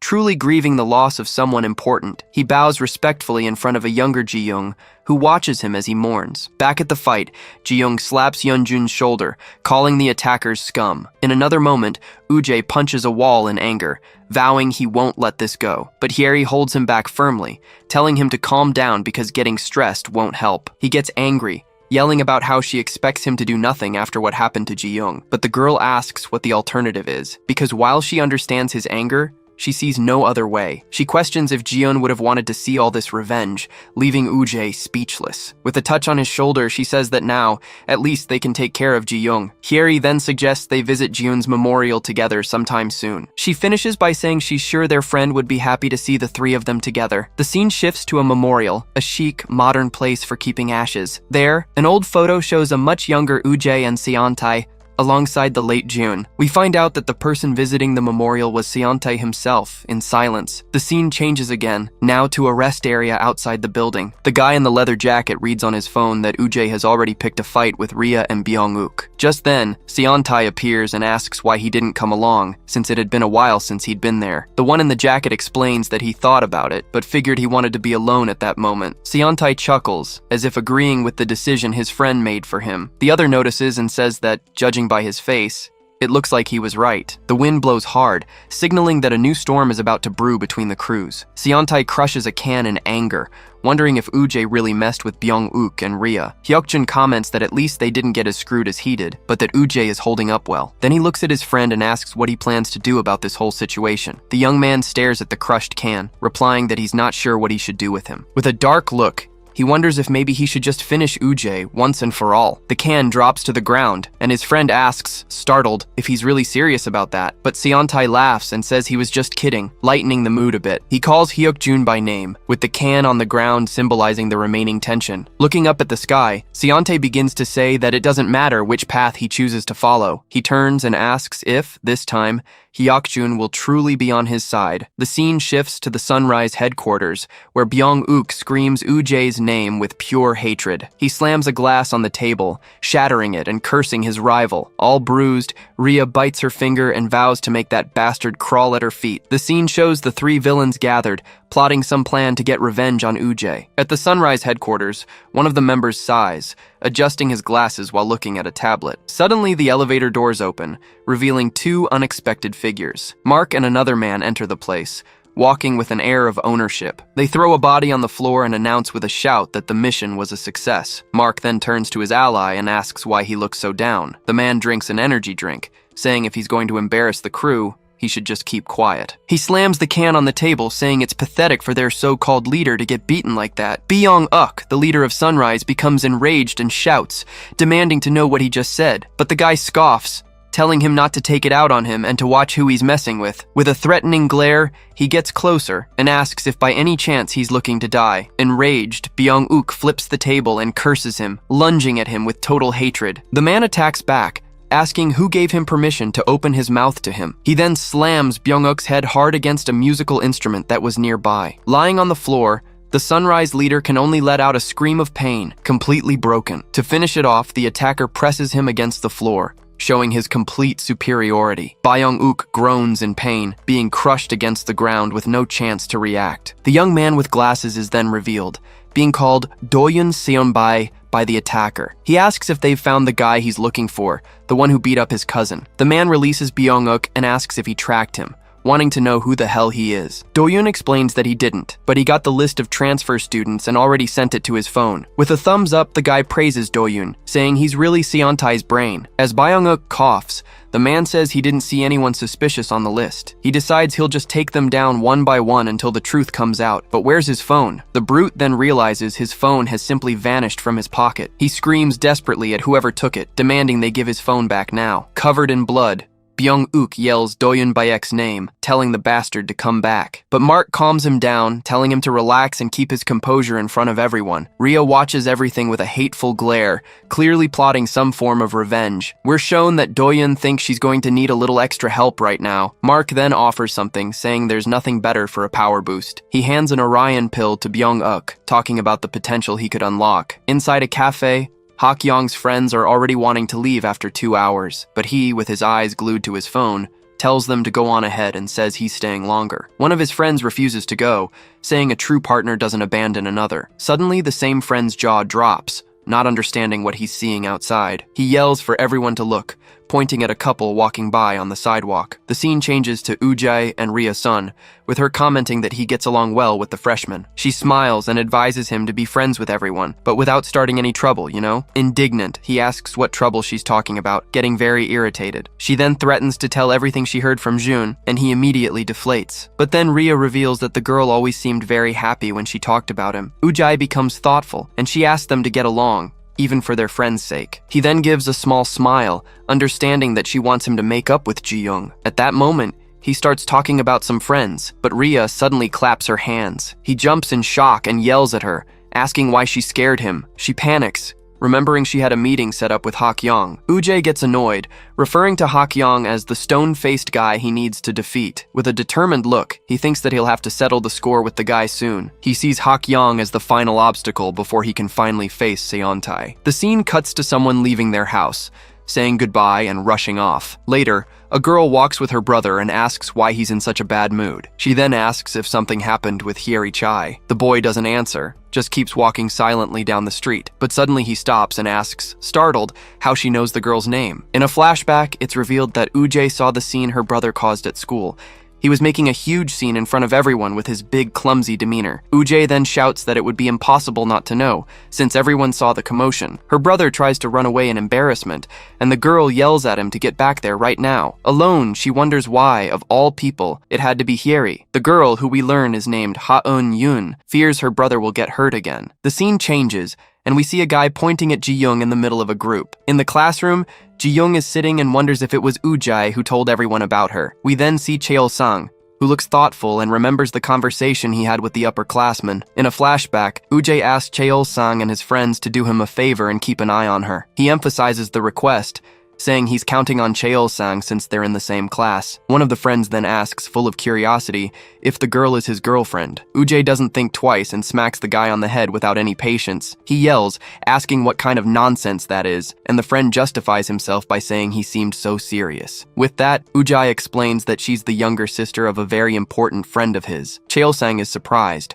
repeating the part about the friend who meant so much to the upperclassmen. Excitedly, he and his friends shout that Ujai can count on them for this mission. Ujai just watches the freshman, thinking he'll leave the girl in their care. Back in the present, Ji-young looks behind her with a somewhat suspicious expression. Cheol-sang, who was in the room, notices her movement and goes on high alert. He watches the girl get up and leave the classroom, heading toward the hallway. Without wasting a second, Cheol-sang and his group get up and start following Ji-young. She turns around and asks if they need something, startling the boys with her direct approach. Cheol-sang gets all flustered, stammering that it's nothing, really. He looks at his friends, who are pretending like nothing's happening, and calls them traitors. Then he turns to Ji-young and starts to explain that the truth is Ujai. She interrupts him, surprised, asking if he's talking about Ujai Shin. The whole group excitedly confirms that it's him, the sophomore Ujai Shin. With a small smile, she thinks of his name and calls him Ujai Oppa in her head. Cheol-sang gets confused, repeating the word Oppa without understanding the familiarity. The scene shifts to a cafe, where Hyeri Chai is apologizing sincerely. She says things were a mess that day, and that she owed him an apology. Hak-young, a bit embarrassed, says it's okay as long as she didn't get hurt. One of his friends gets excited about the cake on the table, and Hak-young agrees it looks good. But another guy in the group clutches his backpack strap, feeling very uncomfortable. Then, he suddenly stands up and tells everyone he's leaving. His friend doesn't get it and asks why he's leaving if he was going to eat cake, but the friend drags him away while he begs to have just one piece of cake. The guy then glances back, checking if the plan is working as it should. Hak-young watches the scene with a serious look, understanding the signal his friend was giving. Then the friend gives a discreet wink, confirming it was all an act between them. Hyeri gets worried, commenting that their friend seemed really upset, but Hak-young reassures her, saying he'll be fine next time, leaving her confused. Sitting alone, he then brings up the time she was talking about Hyeri. He remembers that rainy day when they first bumped into each other on the street. A flashback shows her putting a bandage on his face, and he looks very surprised. Hyeri then reveals that although she didn't recognize him at the time, that was when she first saw Ujai in person. She explains that before that, she had only seen him in photos on her phone. The picture showed Ujai and a friend, along with a girl whose face was blurred out in the photo. She recalls Ujai introducing himself to the class, all smiles and wanting to be friends with everyone. And to her surprise, that same Ujai transferred right into her school and her class. At first, she thought he was so arrogant that all she wanted to do was slap him, but she continues her analysis, thinking about another side of Ujay's personality. She remembers that, as Jun said, he also has a very reliable side. In the end, she thinks he's a good guy despite his attitude. Hakyong gets a little tense with the conversation and asks if she likes Ujay. She panics and denies it immediately, saying she's not into arrogant guys. Besides, she says, a real man has to be strong and muscular like him. But then she realizes what she said and gets all embarrassed by her slip-up. Hakyong just stands there, processing the compliment about his impressive physique. To hide his nervousness, he chugs his drink in one go, leaving her speechless. She then changes the subject, saying Ujay will be a great help to Ji-young. At this, Hakyong asks if Ji-young is really her friend's younger sister. The scene cuts to another place where someone is yelling for a guy named Shokman to stop making things up, but the guy replies that it's not a lie, and Ji-young bursts out laughing at the joke. We see that she's having a genuinely good time, with a sincere smile on her face. Nearby, a girl calls out to someone named Ji-won and points towards Ji-young and the others. He looks on with a malicious expression, wondering if that's the girl Rhea told him to bring to her. One of the guys from the group points out that Ji-young's getting up to leave. Seeing this, the group of bullies gets up at the same time, clearly looking for trouble. One of them then bumps into Ji-young on purpose, making her lose her balance completely. With that, her tray falls and food scatters all over the cafeteria floor. Outraged, Ji-young's friends curse them out and ask what their problem is. The other group's leader tells them to count themselves lucky and stay out of where they're not wanted. A girl tries to de-escalate, but Ji-young gets angry that they didn't even apologize. Rhea-sun then, with a mocking smile, says they're about to see who's really in trouble. Suddenly, Ji-young is thrown with full force against the wall, screaming from the impact. The attacker grabs her face, questioning if she's crazy for ignoring Rhea. But Ji-young fights back and slaps her hand away, saying this has nothing to do with her. Furious, the girl pulls Ji-young's hair with great force, cursing at her non-stop. She even mocks her, saying that hanging out with Cheol-sang's group won't do any good. Ji-won throws his cigarette away, saying he can easily take care of Ujay's goons. With a threatening look, the girl warns Ji-young that she'd better answer Rhea's calls, unless of course she wants to be dragged around like a dog. Tired of the nonsense, Ji-young shoves the girl and yells at her to leave her alone. The attacker gets furious at her reaction and says Ji-young is asking for a serious beating. With a cynical smirk, she asks if Ji-young has any shame at all. She taunts her, questioning why she hangs out with Cheol-sang, who holds her back from being the best. But Ji-young replies that she would never understand, since her grades are complete trash. The girl scoffs, saying she'd rather die than let go of her pride, and threatens to spill a secret. Before she can reveal anything, Ji-young lands a sharp slap right across the girl's face. Consumed by rage, the bully lunges at Ji-young, ready to retaliate with everything she's got. But out of nowhere, Ji-won appears and lands a powerful blow right in the middle of her face. The scene cuts back to the cafe, with Hyeri surprised to learn that Hakyong's sister goes to her school. She then asks what his sister is like, and Hakyong gets all flustered by the question. He describes her as a tough and very intimidating troublemaker, leaving Hyeri shocked. Curious, she asks for the name of Hakyong's younger sister. Back at the fight, Ji-won threatens Ji-young, and the girl says she's screwed now. Ji-won's group surrounds the girl, asking if she thinks she can just walk away, but she, whose name is Ha-eun-yun, tells them to pay for the burger they knocked over. The scene changes, and a boy shows off a blue pill saying it's for super focus. His friend is skeptical, and he explains that a guy paid him with it instead of cash. He continues, saying that even athletes use it because it's stronger than a lot of steroids. The other guy is doubtful, but he insists that the stuff is already worth a fortune on the forums. Back at the cafeteria, Cheol-sung wonders why Ji-young is taking so long. He then notices the commotion outside and immediately goes on high alert. Without a second thought, he gets up and runs towards the back exit. Arriving there, he looks around, trying to figure out where his friend went. A slamming door catches his attention, along with a scream of frustration. He kicks the door open, yelling Ji-young's name, already expecting the worst. But what he finds inside leaves him completely speechless, you know? Ha-eun-yun is standing there, with the entire group of bullies lying defeated on the ground. She then turns to him and, with an unfriendly expression, asks if he's one of them. Cheol-sang panics, waving his hands to deny he has anything to do with them. But then he hears a sound and realizes Ji-young is on the ground nearby. Desperate, he runs to her and asks if she's okay after the fight. He helps her up, but notices she's clutching a small pink packet tightly. From inside the packet, he sees her taking out a very suspicious blue pill, you know? He immediately remembers that stuff is bad for her, and that she shouldn't take it under any circumstances. Angrily, he slaps her hand and asks if she knows how dangerous that thing is. Just Just then, Cheol-sang's friends come running, shouting his name in the middle of the alley. He tries to help Ji-young, but she shoves him away and yells for everyone to leave her alone. The girl then breaks down in tears, unable to handle the pressure anymore. Cheol-sang just stands there, looking at her with a very serious and worried expression. The scene changes, and Hak-young tells his sister not to take what he said about the girl seriously. Elsewhere, Hyeri reveals that Uje was one of Jun's closest friends. She continues, saying she's worried because he's seeking revenge for what happened to his friend. A flashback then shows us that Uje was the leader of a group, but got kicked out. Hak-young thinks that Uje's appearance at the school is no mere coincidence. He just hopes that Uje can finally live a normal life, away from fights. He then realizes that Hyeri has no idea Uje has gotten into trouble. He then gets an idea. Without a reason for revenge, Uje will calm down. With that, he decides he will destroy the Sunrise group as soon as he becomes the leader. The scene changes, with him dropping Hyeri off at the bus stop and handing her something. He smiles and tells her to take her time, knowing she must be busy. Hyeri thanks him, commenting that Hak-young is a very thoughtful guy. All embarrassed, he almost confesses, saying it's because he cares about her, but he plays it cool and says it's nothing,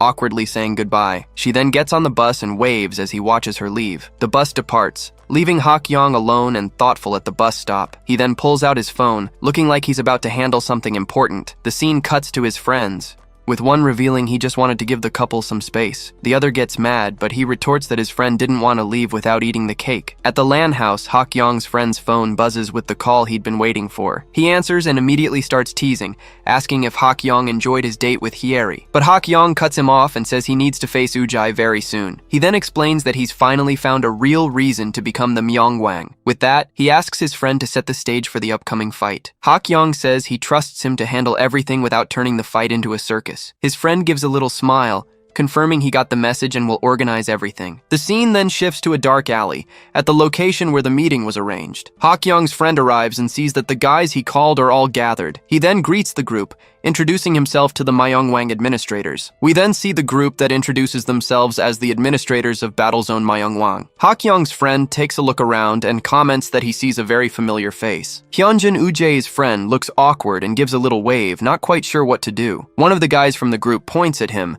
seeming to finally remember where he knows him from. He then remembers that Hyunjin is the guy who was with the top dog from Cheonggu High. With introductions out of the way, Hak-young's friend explains that he wants to set up a fight between the two. He turns to the admins and asks what they think of the whole idea, you know? Hyunjin looks thoughtful, analyzing the proposal he just received. He says he needs to check with Ujai, but he finds it hard to believe he'd turn down the fight he wants so badly. Hak-young's friend extends his hand, proposing they settle this without a gang war. Hyunjin shakes his hand and agrees, saying Ujai would prefer it that way too. But he's worried, as he doesn't know how he'll tell Ujai that he's been exposing him on the forum. The organizer explains that it's hard to get information, which is why he needs new people. One of the administrators then questions if a school without a heavyweight fighter really matters. But another guy, Chanhyuk Choi, suggests they keep an eye on other schools as well. Hyunjun raises his hand and agrees, saying that both schools are connected to Sunrise. At that, Jonghyun Hong says they can't forget about Mars, since Orion has been getting famous on the forums. She continues,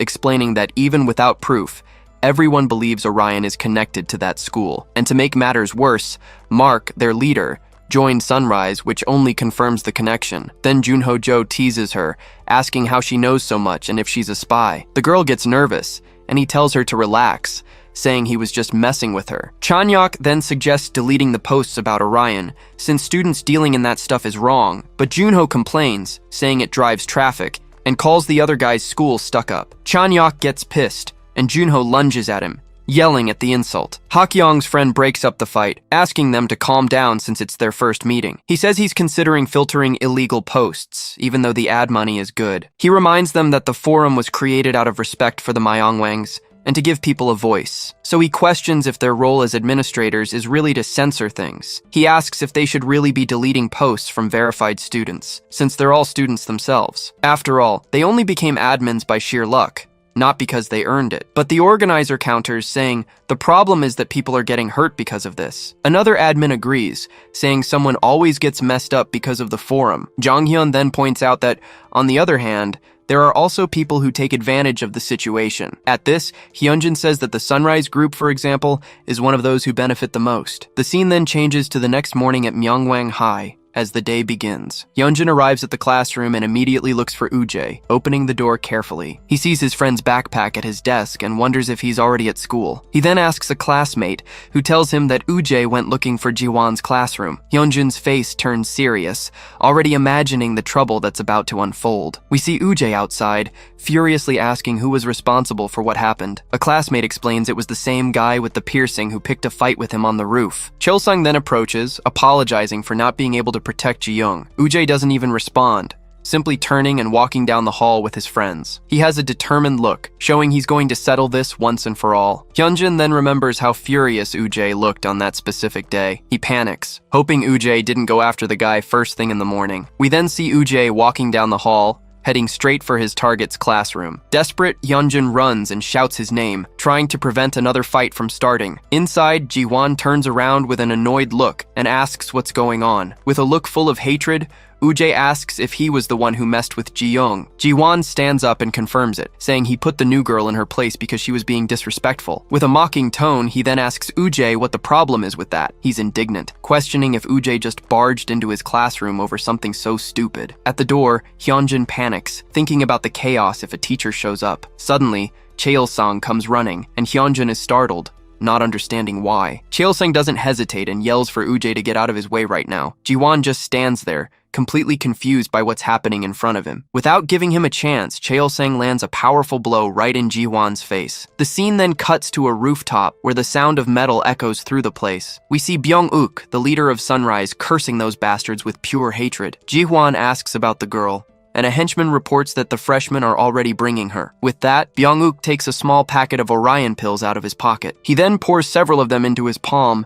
ready to distribute them to his group. He extends his hand to Ji-hwan and tells each of them to take a pill. The shadows show the guys taking the pills, getting ready for what's coming. With a furious look, Byung-uk says that this time things will be very different. He shouts that now they will finally take control of Myeongwanghai for good. But then Hyunjin and his friend show up, looking at the armed group with confusion. He stops one of the guys and asks mockingly if they're going to war. Hyunjin gets annoyed and yells that the guy has no respect for his senior. Suddenly, Uje appears among them, saying he's feeling a bit rusty. He then says this could be a great opportunity for him to warm up. The Sunrise group then starts walking in formation, ready for the confrontation. They head towards the rooftop, completely ignoring the other students in their way. Suddenly, a violent impact shatters a wall, startling everyone nearby. On the rooftop, everyone stares each other down seriously, anticipating the fight that's about to start. With a malicious smile, Byung-uk asks if all the idiots he's about to break are here. Uje's group is surrounded, but they don't flinch and prepare for combat. At that, the boss yells for them to get him, and the entire gang charges forward with full force. With a serious look, Uje just listens as his friend Hyunjin shouts, apologizing. Desperate, Hyunjin swears he wasn't trying to step on his toes or cause trouble. Around them, other students gossip about what's going on, now understanding the whole situation. They get scared when they see Uje staying silent, realizing he looks really angry. But Uje cuts him off and tells Hyunjin to look at him, saying it's all good. He explains that this actually helped because now he can fight without getting into more trouble. With a confident look, Uje states that the day to settle scores with Seontae isn't far off. His friend still looks worried and asks if he isn't underestimating this Hak-young guy. Hyunjin mentions the guy has an advantage with his long arms and a really strong body. And to make things worse, he reveals that Hak-young's father was the second leader of Myong Wang. He explains that's why the guy has his own reasons to fight and won't go easy on him. Uje is surprised by this information, wanting to know his opponent's personal reason. The scene shifts to night, and Uje seems to finally understand the story behind his rival. Hyunjin continues, saying that Uje only cares about taking down the Sunrise team and the current Myong Wang, but he warns that Sunrise will interfere, and they aren't strong enough to handle it. The girl with glasses, Jung Yun Hong, thinks about a strategy, saying she gets frustrated with Uji. She says she's considered teaming up with another school, but knows he would never accept it. At that, Chan Hyuk Choi wonders if an alliance between them would even be possible, thinking it's unlikely. But then he realizes that what he said sounds a bit offensive to the guy's friend. Hyunjin is completely confused, asking why he thought that was an insult. Chan-hyuk then explains that he's already thinking about what will happen after Uje wins. Uje's friend panics, trying to justify himself and saying he got it all wrong, but Chan-hyuk pats him on the back and says he's just kidding, telling them to chill out. Changing the subject, Hyunjin asks why Hak-young suddenly decided to go after the title. Chan-hyuk explains that, actually, Hak-young never liked to fight and always kept to himself. So Hyunjin asks what changed, And the other guy says it might sound silly, but he's serious. With a dead serious face, he reveals that the reason behind it all is the power of love. Ujay overhears this from a distance and makes a face like he can't believe how weird this is. The other students start to laugh and cringe at such a cheesy revelation. One of them even scolds the laughing guy,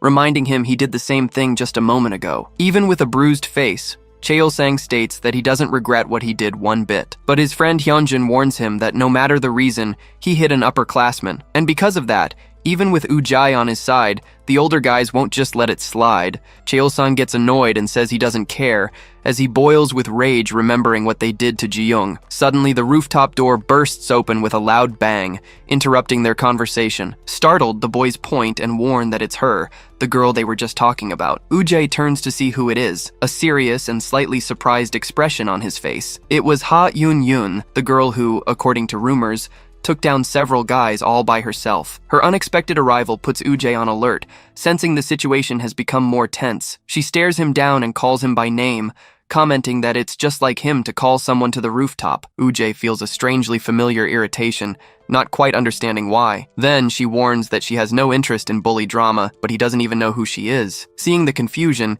Cheol-sang steps in between them, trying to say there's been a misunderstanding. But before he could finish his sentence, a violent punch slams into the wall. The impact leaves everyone in shock, paralyzed by the surprise and the display of force. A new bully appears with an iron pipe, asking if the targets he's about to crush are all here. Then he yells for everyone to attack, and the brawl finally kicks off on the school rooftop. Ha Yun-yun stretches with a smile, saying it's a good thing she wore her gym clothes. One of the guys rushes her, but she dodges the blow and grabs him by the waist. While she's holding him, another guy tries to hit her from behind with a metal pipe. But Ujay's masked friend suddenly appears, catching the pipe before it can hit her. He uses the guy's own weapon to knock him out, while Ha-eun takes down the other one with an elbow strike. Ujay's jaw drops at the scene, wondering how that girl is so strong. The leader of the guys takes advantage of the distraction, yelling that he's toast as he prepares to strike. But Ujay notices in time and, with a quick reflex, kicks the pipe away. Without giving the enemy a chance to breathe, he advances and lands a punch straight to the chin. With a focused gaze, Ujay turns and blocks the other bully who was rushing him. He then counterattacks with a devastating hook right to the guy's stomach, knocking the wind out of him. Another enemy tries to attack him, but Ujay is faster and lands a violent blow. And to end the party, he finishes off the leader with an elbow strike that breaks his nose. Without missing a beat, Ujay finishes the last bully with a hammer fist, ending the fight. Ha Eun-yun watches it all and thinks that he's not bad at all, being the first strong person she's met. Meanwhile, Ujay's friend grabs a pipe and goes all out against another henchman. With a devastating blow, he hits the enemy dead on, who doesn't even have time to react. The guy flies back and hits the ground from the impact, completely knocked out by the surprise attack, but another bully grabs him from behind, throws him hard against the fence, and steals his pipe. Using a fighting technique, he slams him to the ground with a dull, violent thud. Seeing this, Ha-eun is surprised, and realizes Ujay's friend knows how to fight too. The boss gets angry and yells at his goons, asking how they're getting beaten so badly. With most of the enemies on the ground, the trio gets together and walks imposingly across the rooftop. In an alley,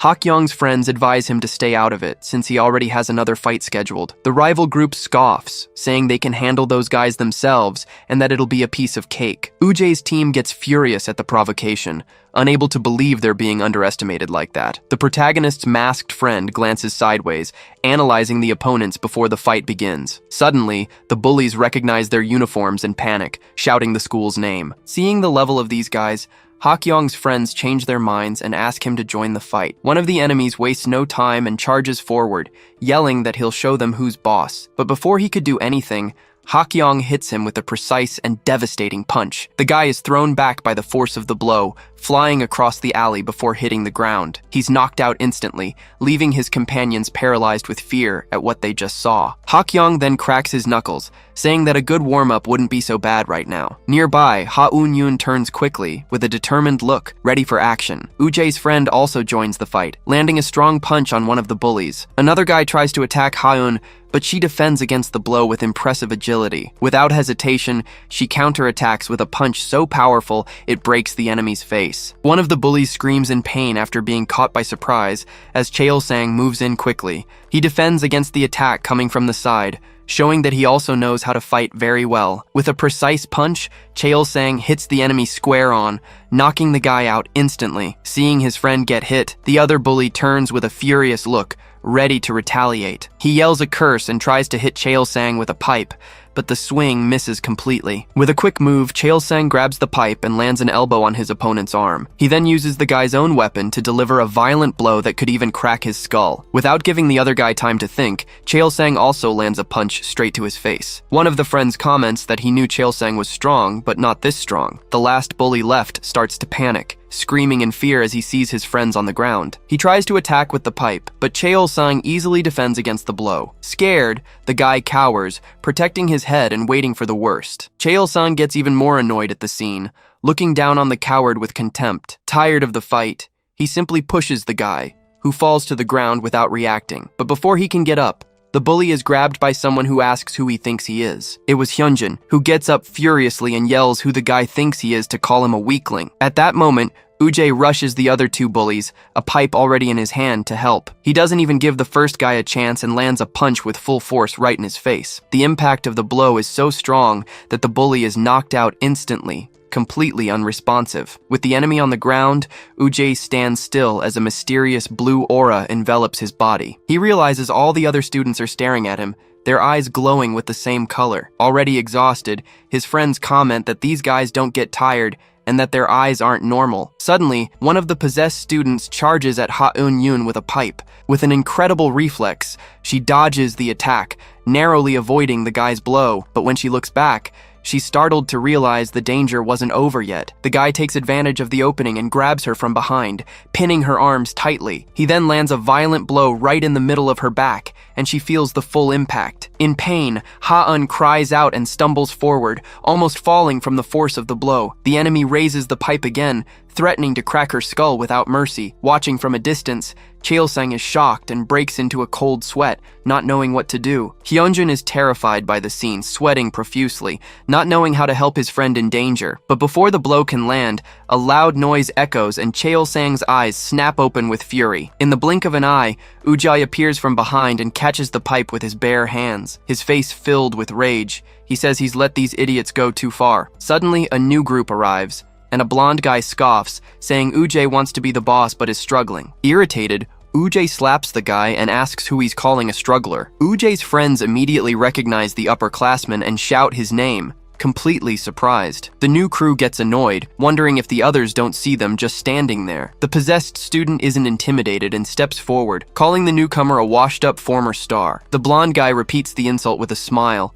as a purple aura begins to form around him. With absurd speed, he appears in front of the guy and lands a punch right in his face. The student is knocked out instantly, falling to the ground as the leader of the newcomers just watches. He then tells his group to finish off these losers quickly so they can go home. One of Ujjae's friends gives an okay sign, agreeing with the upperclassman's plan. With a bloody nose, the leader of the possessed gets furious and starts cursing in anger. The leader of the possessed gets annoyed and yells at them to stop messing around and just attack. At that, one of the upperclassmen rushes forward and lands a direct punch on the first enemy. He doesn't even give the other guy time to breathe and follows up with a hook, showing off his strength. With a quick move, he throws the last guy to the ground, ending the fight easily. With a mocking smile, the upperclassman turns around and says, "They're just a bunch of weaklings." But suddenly he hears a shout and is startled to hear Hak-young's name being called. The big guy looks back with a confused expression, not understanding what just happened. Out of nowhere, a powerful blow hits Hak-young head-on, sending him flying violently. He slams hard into some boxes, falling to the ground from the brutal impact of the blow. His friends panic and shout his name, desperate over the surprise attack. The one responsible for the attack gets up, as a sinister smoke begins to rise from his body. The upperclassman recognizes him immediately and complains, saying he can't believe it's that guy again. Then, the new enemy stares everyone down with a cold gaze and eyes glowing an intense blue.